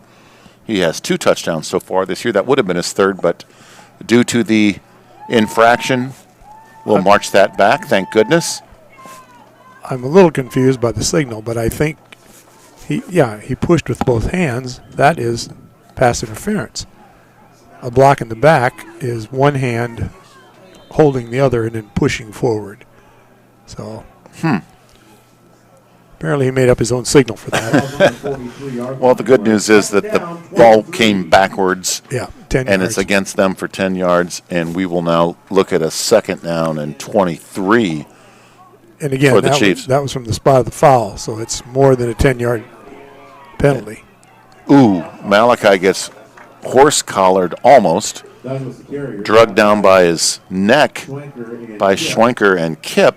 Nothing dirty about it, but an effective tackle, and they got him up high and just pulled him to the ground, kind of pulled him backwards. But as long as they don't get their hand inside the back of the jersey, it's not a horse. And I don't know if you'd agree with this, but Malachi Douglas reminds me a little bit of Travion Donaldson, the way he runs. Yeah, he's got some of the same skills. Lots of speed, quickness, and tough to bring down. So, as you probably know at home, Trayvon's out with a hand injury for the rest of the year, unfortunately. And nice defense by Dylan Kipp. Broke that pass up. Looked like Chase Eklund might have been open, but he's 5'11", and Dylan Kipp is almost 6'3", so he used that height and broke that pass up very effectively and brings up 4th down now for Keokuk. Timed it well. Even though he was behind, he was careful not to play through the receiver and avoid any type of pass interference. If that was basketball and he was in the lane, they might have called over the back there, but no, it's a clean defensive play by Kipp, and 4th and 15 now, and Keokuk's got nothing to lose, I guess, now. They're going to try to go for it. Yeah, they do. Yardage. Pick that up. He's going to call that a fumble. Ball's on the ground. The ball is on the ground. 1st down, recovered by the Falcons. And Carson Jones alertly pounced on the ball when Horde was going to get sacked. He tried to avoid the sack, and I'm not sure if you want to call that a pass or a shovel. He just was trying to avoid the sack. Either way, I think it would have been an illegal forward pass. There was certainly no receiver. And it doesn't matter if you're outside the tackle box if you don't get it past the line of scrimmage, and that was only about less than 5 yards ahead of him. So, well, desperate times sometimes call for desperate measures. He was desperately trying to get rid of that ball, and there was no one around him other than Carson Jones, who alertly pounced on it. And 1st and 10 now, and Schwenker with the keeper, and he's got plenty of room around the right side. Turns the corner. Still on his feet. Still on his feet, and gets knocked out after a gain of about 35 yards. Big play. That is exactly what they needed to after that turnover, if you want to call it that, on 4th down. Yeah, that's what you'd have to call it. Ball is on the 26-yard line after an impressive run by quarterback Schwenker. And we are on the move, ladies and gentlemen.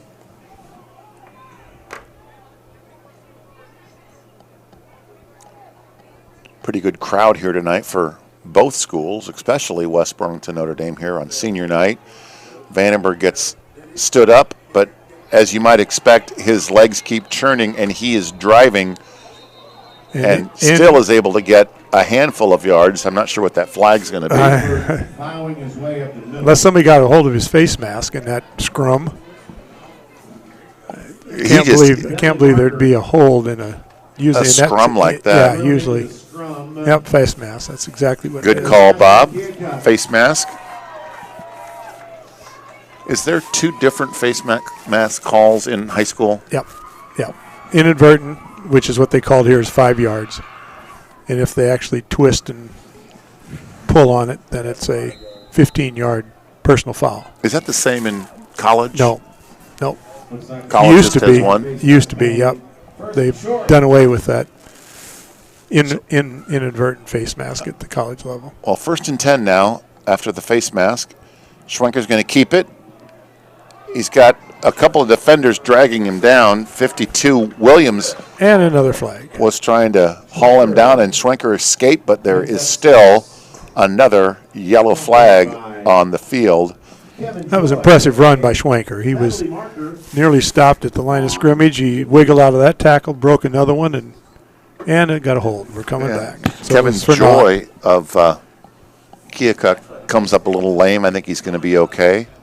But you're right, Bob. It is a infraction against the offense. Is it 15 yards? No, just 10. 10 yards?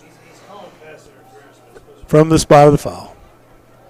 So actually did not lose 10 yards on the play because the hold occurred beyond the line of scrimmage. So 1st down and 14 with 7:44 to play here in the third quarter. Schwenker he had gained 6 yards before the hold happened. gives it to the big fella, and Hayden burrows his way over the right side of that offensive line. Another flag. Wow. The flag fest continues. With a penalty marker on the field. We could start playing trivia here and see if you can call the call before he makes it, I Bob. think we got another hold. No, Personal foul. Is he not required to tell you what that personal foul infraction is? Well, they're not mic'd up on the field. Obviously. A lot of times what that is a foul for is, even though the contact itself may be, it's not a block in the back or a clip or anything, but it's some kind of contact on a player who is obviously out of the play and maybe a blindside type block. Well, Schwenker is hit as he throws. It is incomplete, intended for Dylan Kipp. I remember in high school I was accused of pinching someone in a scrum. What was for the a signal fumble. for that? Well, the opposing player from Washington High School said, number 53 is pinching me. The official said, well, I didn't see it, so I can't call it. So I continued to pinch the rest of the way. We got beat 66-0 that game. So 2nd down now for West Burlington. I'm not so sure I'd tell that story. I was grabbing more than pinching, but Schwenker with a nifty move around the right side escapes 2 tacklers. It doesn't look like there's a flag, believe it or not. No, not this time. Didn't get the first. 3rd down now for WBND is an 11-yard gain down to the 29-yard line. Makes it a little more manageable. They obviously have 2 plays to pick it up yet. See some hands on knees over on the Keokuk side of the ball. They might be a little winded out there. The Falcons have sustained this drive now for... Looks like a passing formation, perhaps. You're right, as usual. And Schwenker's going to go all the way down deep to an open man. He had it, and he dropped it. Wow. That's number 5, I believe, Getty Bull, that had the ball in his hands and couldn't quite hang on. Pretty good defensive play, it looks like, that knocked the ball loose. Couldn't see exactly when it came out, but apparently he did not ever actually gain control of it. Glasgow on the defensive side of things there for Keokuk that broke up that pass.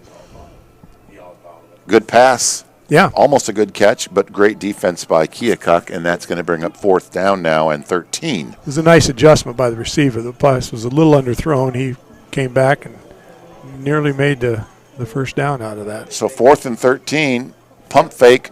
Schwenker looking down to the left side of the field, and he had a man, but good again. Good defense by Keokuk's number 5. Looks like O'Donnell on the stop. No flag. First and 10, Keokuk. Certainly can't second guess him going forward on 4th and 13 that deep in their territory, especially with the way they've been playing. So, unfortunately, we couldn't convert that, but we still are hanging on to that 18-7 cushion with 7:07 now to play in the third quarter. And here come the Chiefs.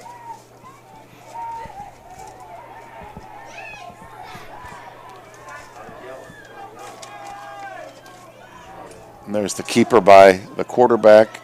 And it's like Vandenberg made the initial contact, and then Kip came to help him out, and there was several green shirts in on that stop. Led by Hayden Vandenberg on tackle.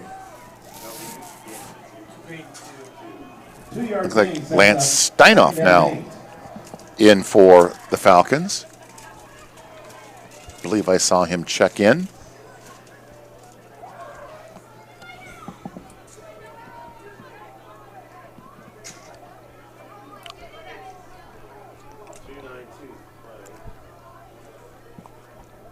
And here we go. Quick pitch. Getty Bull just misses it. Guess what, Bob? 2 flags. Douglas was trying to turn the corner, and I'm guessing those calls or those flags will go against Keokuk. Yes, it is. Preliminary signal holding Keokuk. I'm not sure how many flags have been thrown, but I'm guessing it's got to be almost a couple dozen. Yeah, it's certainly double figures. I was talking to one of your former colleagues. One of the officials had thrown 34 flags a couple weeks ago up at Davenport North. Wow. Those aren't fun for anybody. No. Slows down the game. And as an official, you don't enjoy games like that. Well, again, we don't have an official statistician, but I'm guessing this is one of the most penalized games we've seen this year. And there is a nice hookup for Keokuk. Looks like Diego Garcia made the catch. He's their leading receiver, as I mentioned earlier.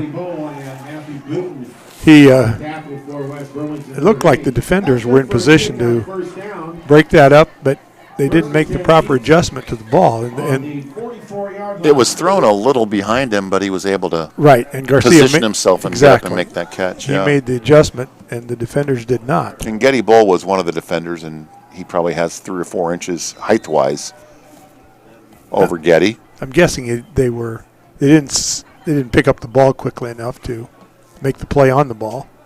Pass complete to Garcia. So Garcia makes another catch, but a gain of maybe 2 or 3 brings up second down now. 7 to go for the first. 5:44 to play here at Bill Nelson Field on a chilly senior night. Bad snap from center. And there is your in the backfield by the Falcons. hammer. Quincy Collins. Alert play. Quincy Collins comes in off the left side and sacks the quarterback. Horde goes down for a loss of about 5 or 6. Those plays like that are oftentimes drive killers. Let's hope that that's the result here. So now 3rd down and 15 for Keokuk. Loss of 7 on the sack. Probably going to see Down 15 from the quarterback Horde's 9-yard line. arm again in action, I would guess. Interesting, as you might be able to see on the webcast, they've got a, I don't call it digital, but they've got a, delay game. Belly marker on the field. I'm not sure what that sign is over there, but it looks like they've got one of their players with a numbered sign where they can signal in plays. Yeah, that's what they're doing. That was play 281, and it didn't work because they had to march off 5 yards. Too many numbers. They couldn't get the calculations done in time to snap it. Have you seen on a lot of those college sidelines, they've got these images of Tony the Tiger and all the kinds of- Nike swoosh and yeah. Bob Bowen's smiling face. And I have no idea how they use those, but They don't want you to know.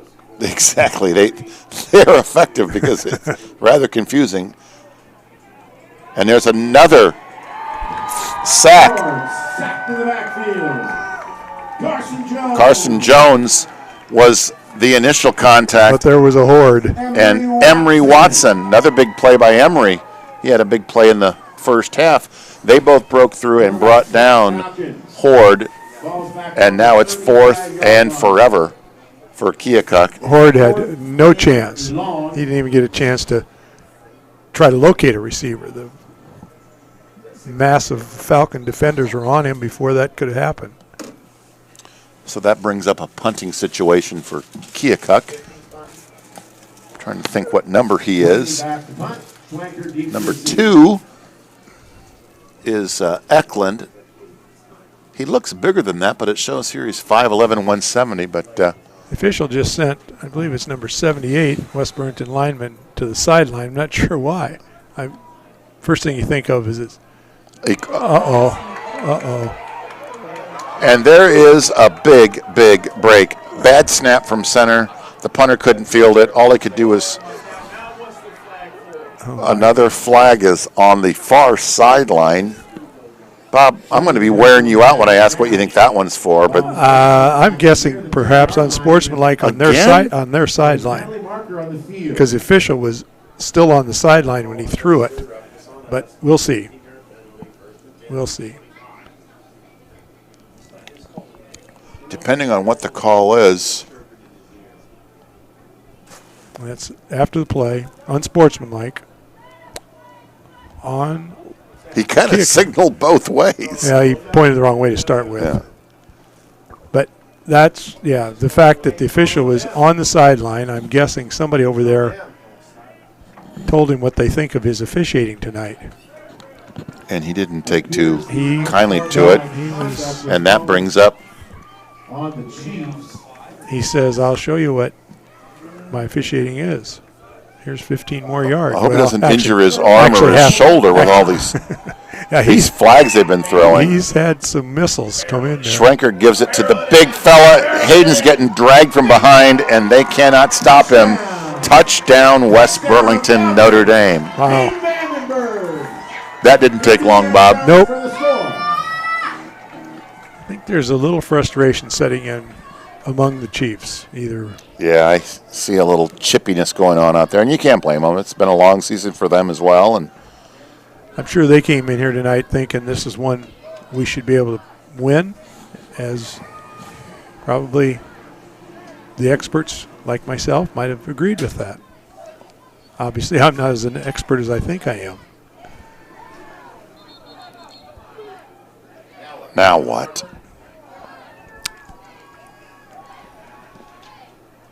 Looks This- like there's a couple of conversations going on out there, and Penalty marker on the field. another flag, unsportsmanlike Another conduct. This time unsportsmanlike. against, I'm guessing, number 78.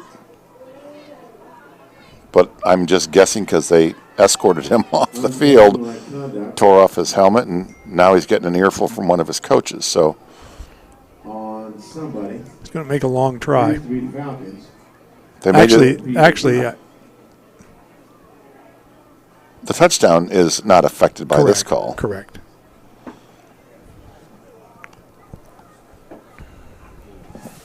So as it stands, with 3:25 remaining in the third, Falcons 24, Chiefs 7, and I assume we're going to have to go for 2 here after the penalty. Jordan Up is still being lectured by a couple of the coaches down there. I'm not sure what he would be frustrated about after scoring a touchdown, but the 2-point conversion fails. However, BAT. we still Good, making your score. lead now with a Falcons 24. much more comfortable cushion, 24-7. Let's time out, let these players cool down, and we'll be right back.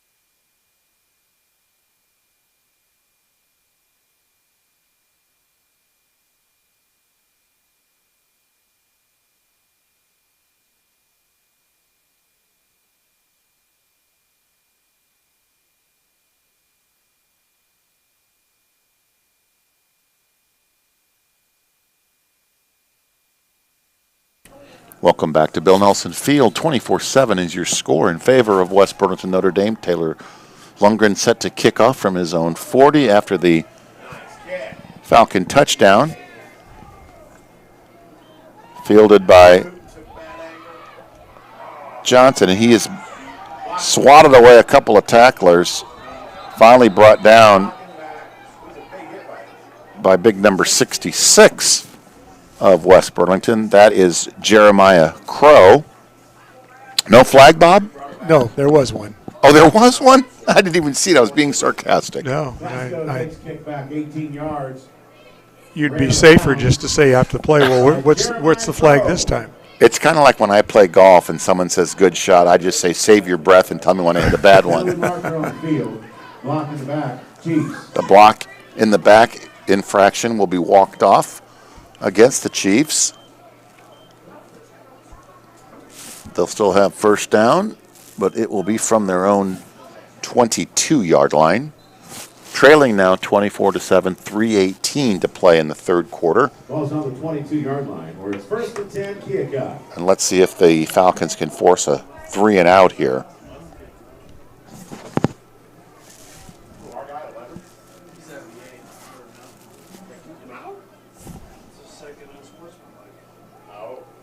We are overhearing some conversation up here in the press box. It would appear that Falcons offensive and defensive lineman Jordan Knupp might have been ejected from the game because he had two unsportsmanlike conduct flags whistled against him tonight. So I believe he's done for the evening, unfortunately.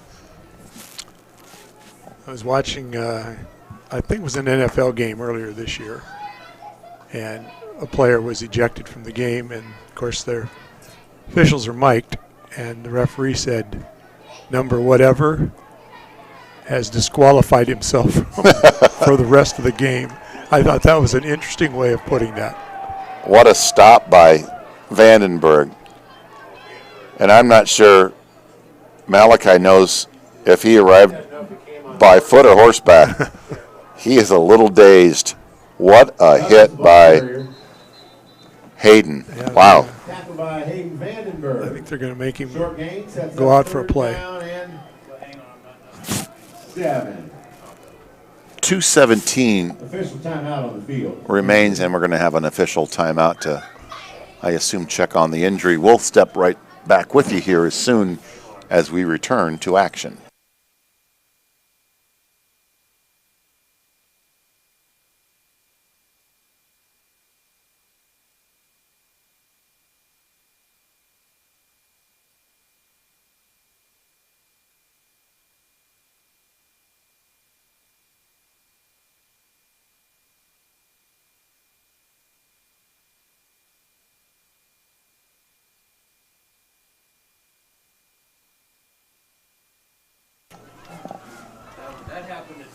We are back, third down 6, 2:17 to play. Chiefs looking for some offensive fireworks, and they make a pretty electrifying play, but let me guess, Bob, there's a flag. No? No, I don't think so. Complete to Eklund. Well, it's complete to Eklund, and that's going to be good enough for a Chiefs first down. I didn't catch the number, but it looked like the Falcon defender had a shot at picking that one off. Yeah, I'm not sure who that was, but Schwenker was there, and so was Carson Jones. But apparently wasn't able. It's a long ways away from here, but it looked like he had a beat on it. So the play is 262 if you're paying attention at home. I'm going to guess it's going to be out of the shotgun. I'm right again, and it's a keeper by the quarterback. And Carson Jones once again in on the stop. Boy, he has really stepped up his game here in the last year. I think we talked about it a few weeks ago. Not just as a tight end, but boy, as a defender. He had to play offensive line a few weeks ago because of injuries. He's really shown a lot of growth. Second down 10. Yeah, he inserts himself in a lot of the plays. And let's hope he does the same over at Notre Dame. on the basketball floor this winter. The defensive effort by the Falcons entirely has been impressive tonight. Yes, it has. Second down 10 for the Chiefs, and we have a whistle and Movement prior to the snap.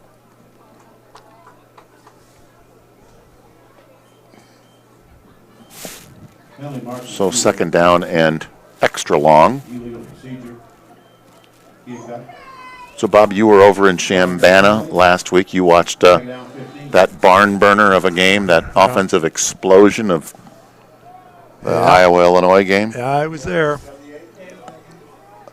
Yeah.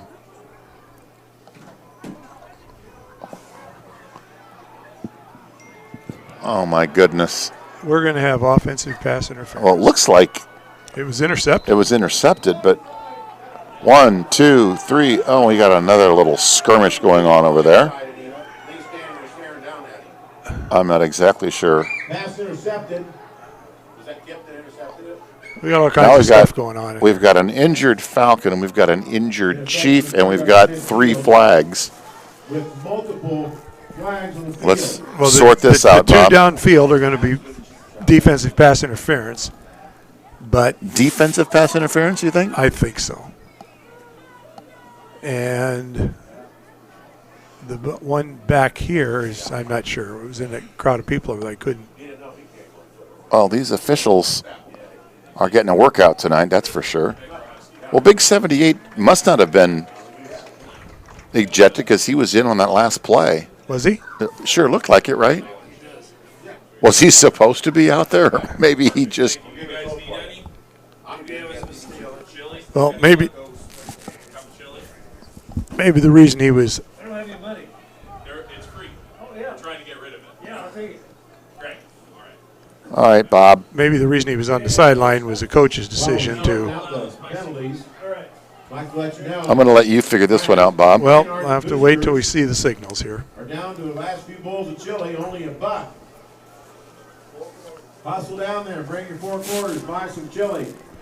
Try the ghost pepper chili. Let's reset this a little bit. We got just over a minute to play here in the third.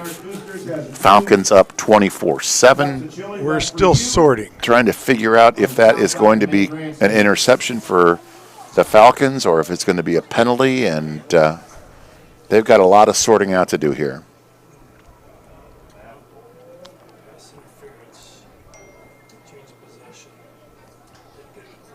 They are earning their money tonight, Bob. Did they even make a call? I've not seen anything yet. I haven't either. He's going to go talk to the coach, it looks like.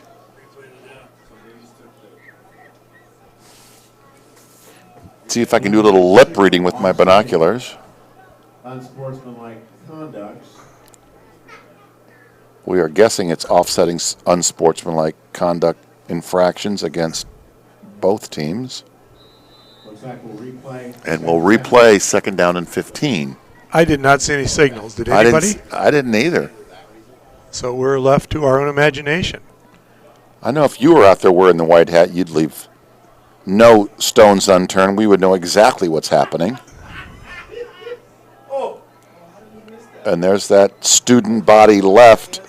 Hayden Vandenberg chases Malachi down and forces him out of bounds after a pretty good, That was the ball carrier. It's like you got the pretty first good down. gain, yeah. By Hayden Vandenberg.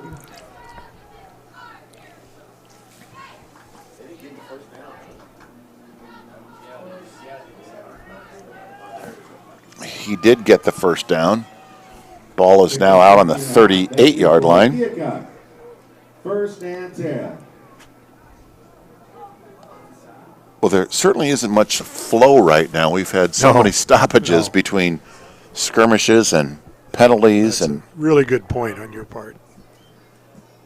Flow is non-existent tonight. And how did he get out of that predicament? He was in his pocket. He had about 3 guys surrounding him. Moore keeps it. Runs down inside the 20-yard line. And he kept it, 28 yards. and Horde made a pretty impressive scamper for a big first down. And 78 for West Burlington. Nupp is back out there, Well, so then- I reported that he had been asked to leave the game. So He did not disqualify himself. so that is good news for I think the Falcons. I think the coaching staff temporarily disqualified him to make sure he understands his behavior was unacceptable. And what a play by Quincy Collins. We've heard his name several times tonight as he sacks quarterback Brenton Horde for a loss, and that is Came from the right side, untouched. untouched. Chased Horde down from behind. Dollar Chili, Fine Arts Boosters. That's going to be the end of the quarter here. I don't think they're going to get this last play off. But I'm they wrong did. again. But they did. Now we're at 0, and there's a pass. Looks like a wounded duck. It's going to fall incomplete, and we are going to start the fourth quarter with your score, Falcons 24, Chiefs 7.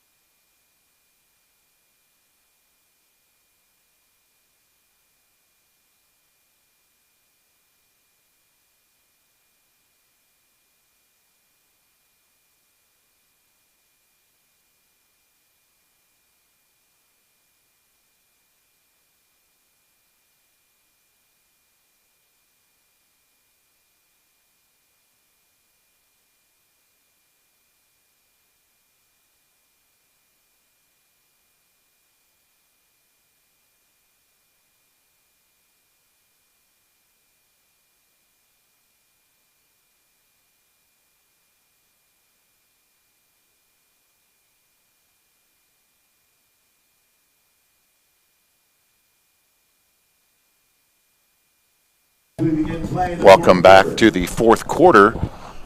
West Burlington leads Keokuk 24-7. It's third down and 16. Ball is on the Falcon 25. And off to the races is Horde, and he's going to get a couple of yards, but nowhere near a first down, and they face a 4th and 16. Hoovelman on the stop for West Burlington, Notre Dame. Fourth down and 14. Another great opportunity for the Falcons defense to get off the field. 4th and 14. I'm going to bet you a bowl of chili that there's a flag on this play. You making it?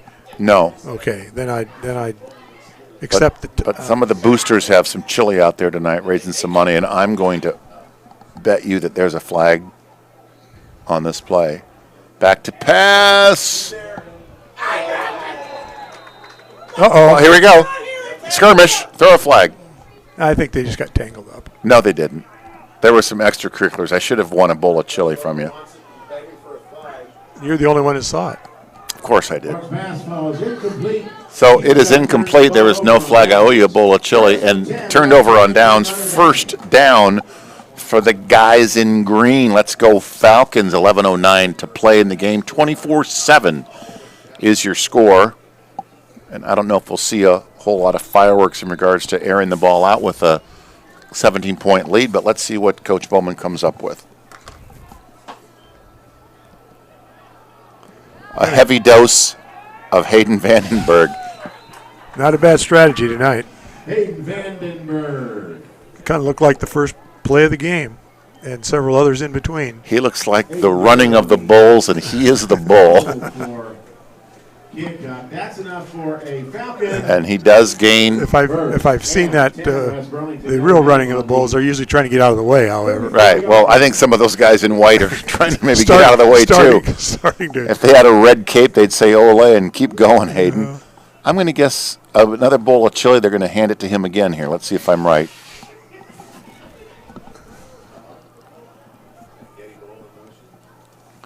Well, Bob, there's my other bowl of chili. So we're even.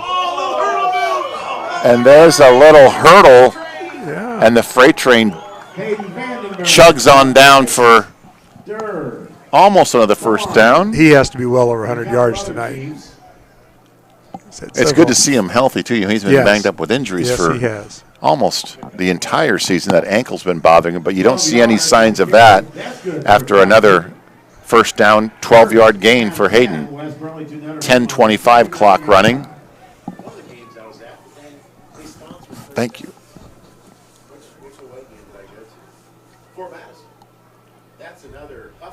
And boy, I'm not sure what happened there, but Schwenker was going to kind of give the almost an option. He decided to hang on to it instead of giving it to Vandenberg, and he got a couple. Short gain, second down. Bob, here's the chili that you owe me. Thank you for being a man of honor and paying your debts. Yeah, that's what I'm known for.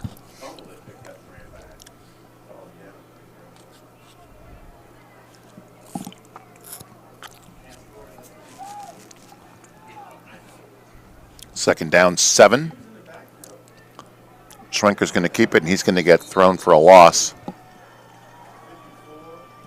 Looked like a broken play of some kind. I mean, it was the timing or something was. Durr's on the stop for Keokuk.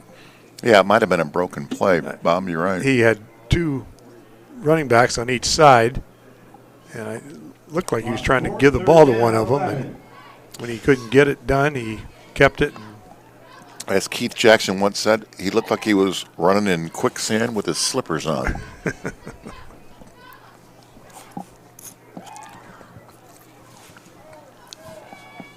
So third down and 11, 8:52 to play in the game.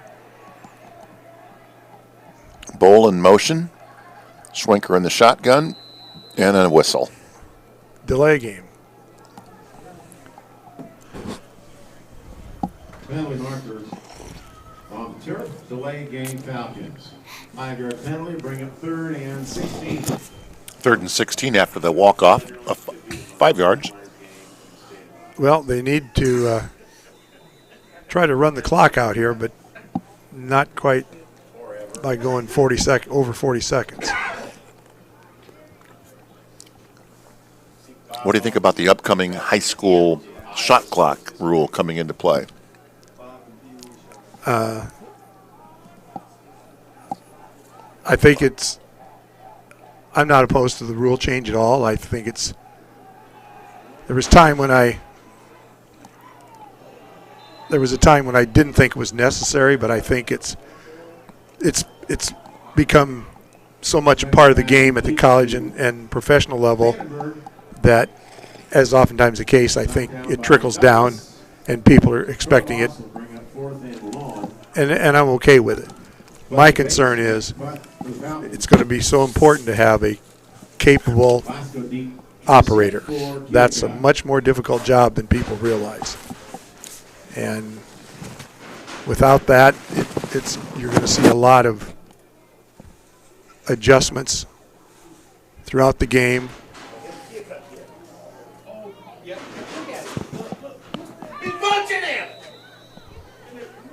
There is something unusual happening on the 25-yard line, but nevertheless,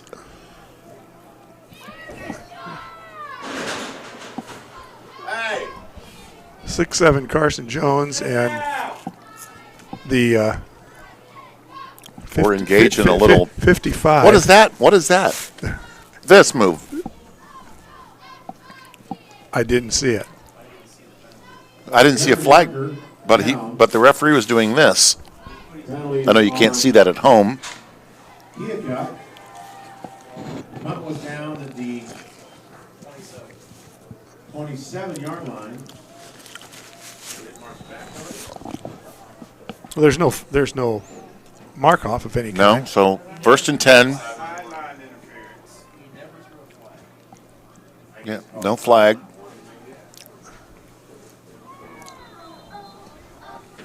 Forward pass intended for Eklund falls incomplete. Eklund's ball Second down, incomplete.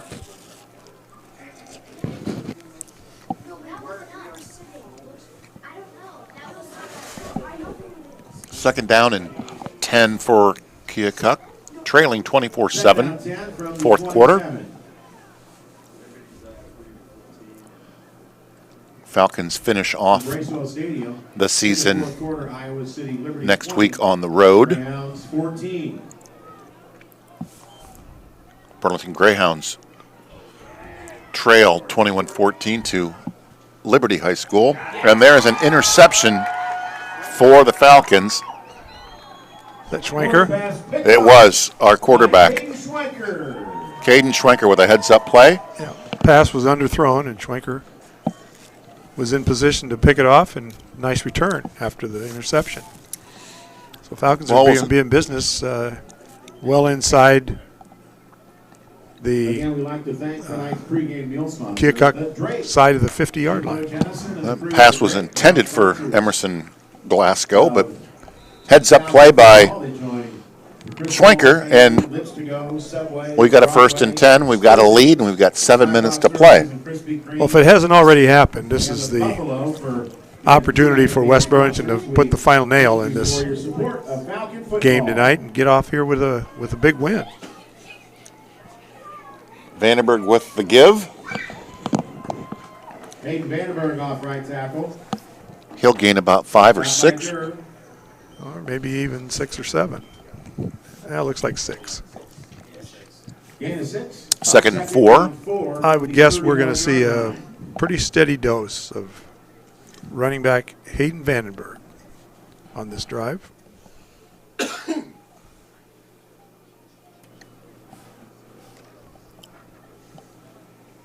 Well, it's too bad that we don't keep official stats, because I'd love to see how many yards he's run for tonight.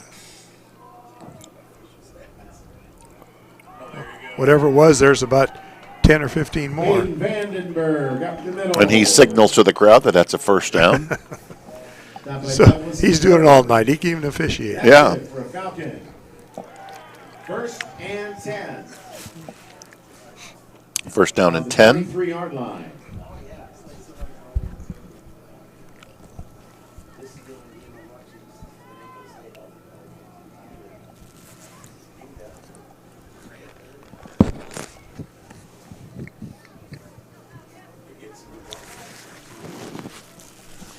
Just under 6 minutes to play now.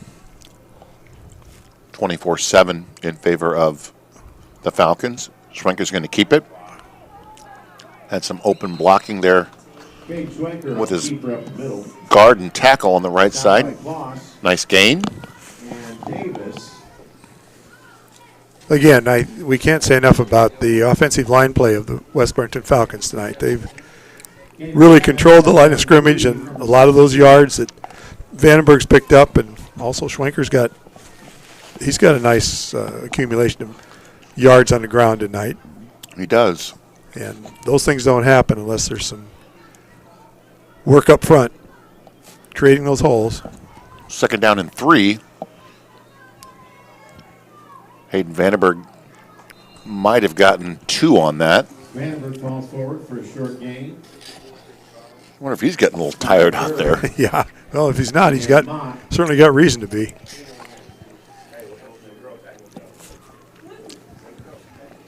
You know, then interiors, you look at the Keokuk defensive line. They've got some good size on there. It's not that they're being outsized, I don't think. Yeah, they got 270, 250, 240, 215. They got some big hosses up front. Keeper call by you know who. But And guess what? It's coming back. Touchdown, Falcons. Hayden Schwenker goes 16 yards with a penalty marker on the field. Holding Falcons, the preliminary. If you didn't hear it from the PA voice, holding. We'll bring back that touchdown run by Schwenker.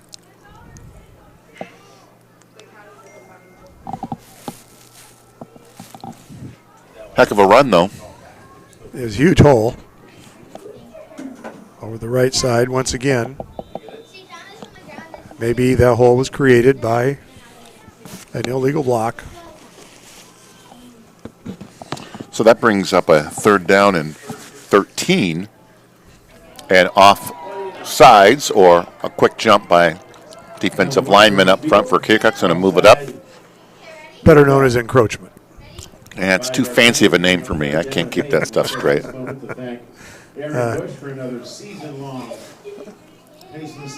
What's the difference between offsides and encroachment, Bob? Other than the fact that offsides does not exist in the High School Federation rulebook. I asked you that again because I knew you made fun of me for not knowing that 2 weeks ago, just so you could gloat a little further. And I enjoy it every time. I know you do. Actually, I've my tongue's kind of bleeding a little bit. I've been biting it, as you've said, offside several times tonight.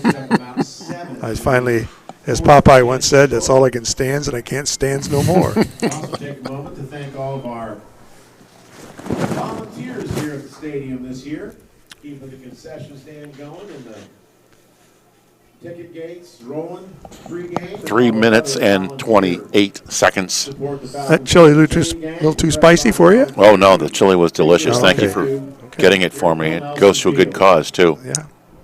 That's The boosters are raising money. I'm going to use the word offsides as many times as I can for the rest of the game just to hack you off. well, the way things have gone tonight, you'll get several more opportunities. Timeout, Falcons. So let's take a quick break while we go off sides and off the air, and we'll be right back.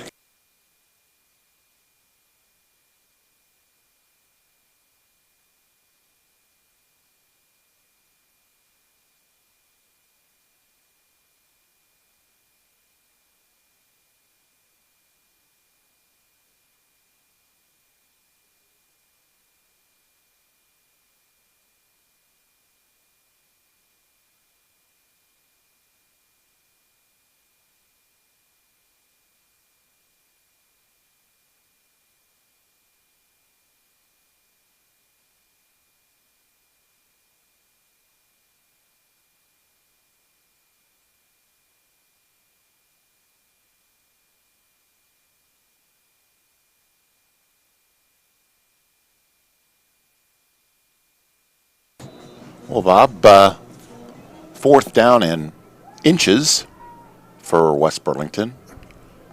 I'd call a handoff to Vandenberg.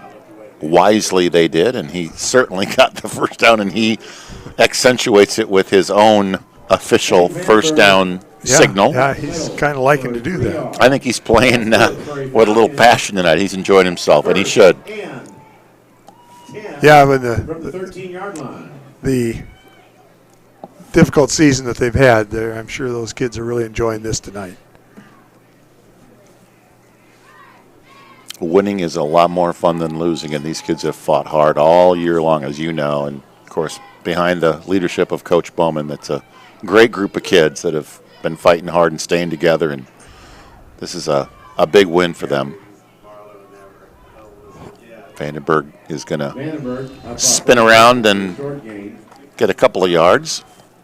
A couple out of nothing. Yeah, 2:22 remain to play. Campbell in on the stop for Keokuk.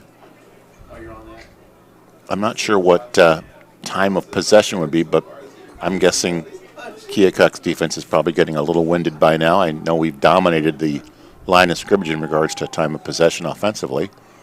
And this is a long, sustained drive, and we've had several of those tonight. 2nd down, 7.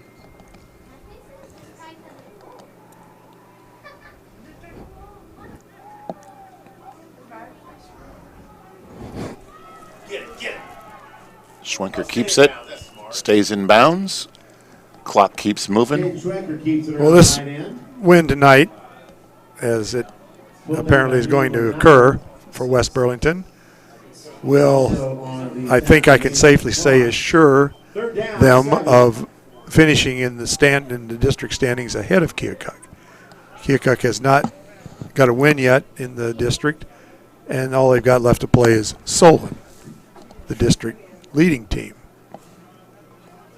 highly ranked, and so Keokuk will be a huge underdog next week. And now we are under a minute to play. I believe Schwenker almost got the first, or did he not? 4th down and 1? 50 seconds to go. Let's see if they can get another play or two off. I don't know if Coach Bowman's going to try to punch in another score from the 3-yard line or not. We'll see. Well, he's going to have to go for something because it is 4th down. And let's see if Vandenberg can put a few more points on the board. And he gets the first, but thrown back, which stops the clock. Which Down close to the goal line. First down is indicated by the official. And it's 1st and goal from the 1. Stopped by Durer and Mott. 24 seconds. The Falcon faithful are on their feet, congratulating their Falcons for a 1st and goal. impressive victory tonight. Coach Bowman takes off his headset, and it looks like the Falcons are going to let that clock run out, and they do. And your final score from Bill Nelson Field is going to be West Burlington Notre Dame 24, Keokuk 7. And there's a lot of smiles and a lot of celebrating going on right now. Yep, there certainly is. Senior night. As well there should be. Got to be happy for everybody involved in the program, players, coaches, students. You can hear some celebrating going on up here in the press box as well. So, Bob, it's been a joy and a privilege having you up here with us. Appreciate all you do and your knowledge and camaraderie. I just like to make one kind of parting shot here. Oh, good. Again, credit to the West Burlington coaching staff. They've gotten those kids to hang in there and believe that they could still win a football game, and put forth a great effort tonight. And that doesn't happen without leadership. And sometimes that leadership comes from players on the field. Sometimes it comes from coaches on the sideline. It's best when it comes from both, but you can't help but think that the coaching staff had a lot to do with that. You know, we've talked all year about how the numbers have been against us, stacked against us. We don't have much depth at any position. We've lost all kinds of key contributors on both sides of the line of scrimmage. And as you just pointed out, the coaches certainly didn't give up. And they're out celebrating with their team right now. A well-deserved victory. And we will say goodnight from Bill Nelson Field with your final score. Falcons 24, Chiefs 7. Bob, thanks for being here. We appreciate it. We'll see you next year. And let's go Falcons. Looking forward to it, Brian. Good night, everybody.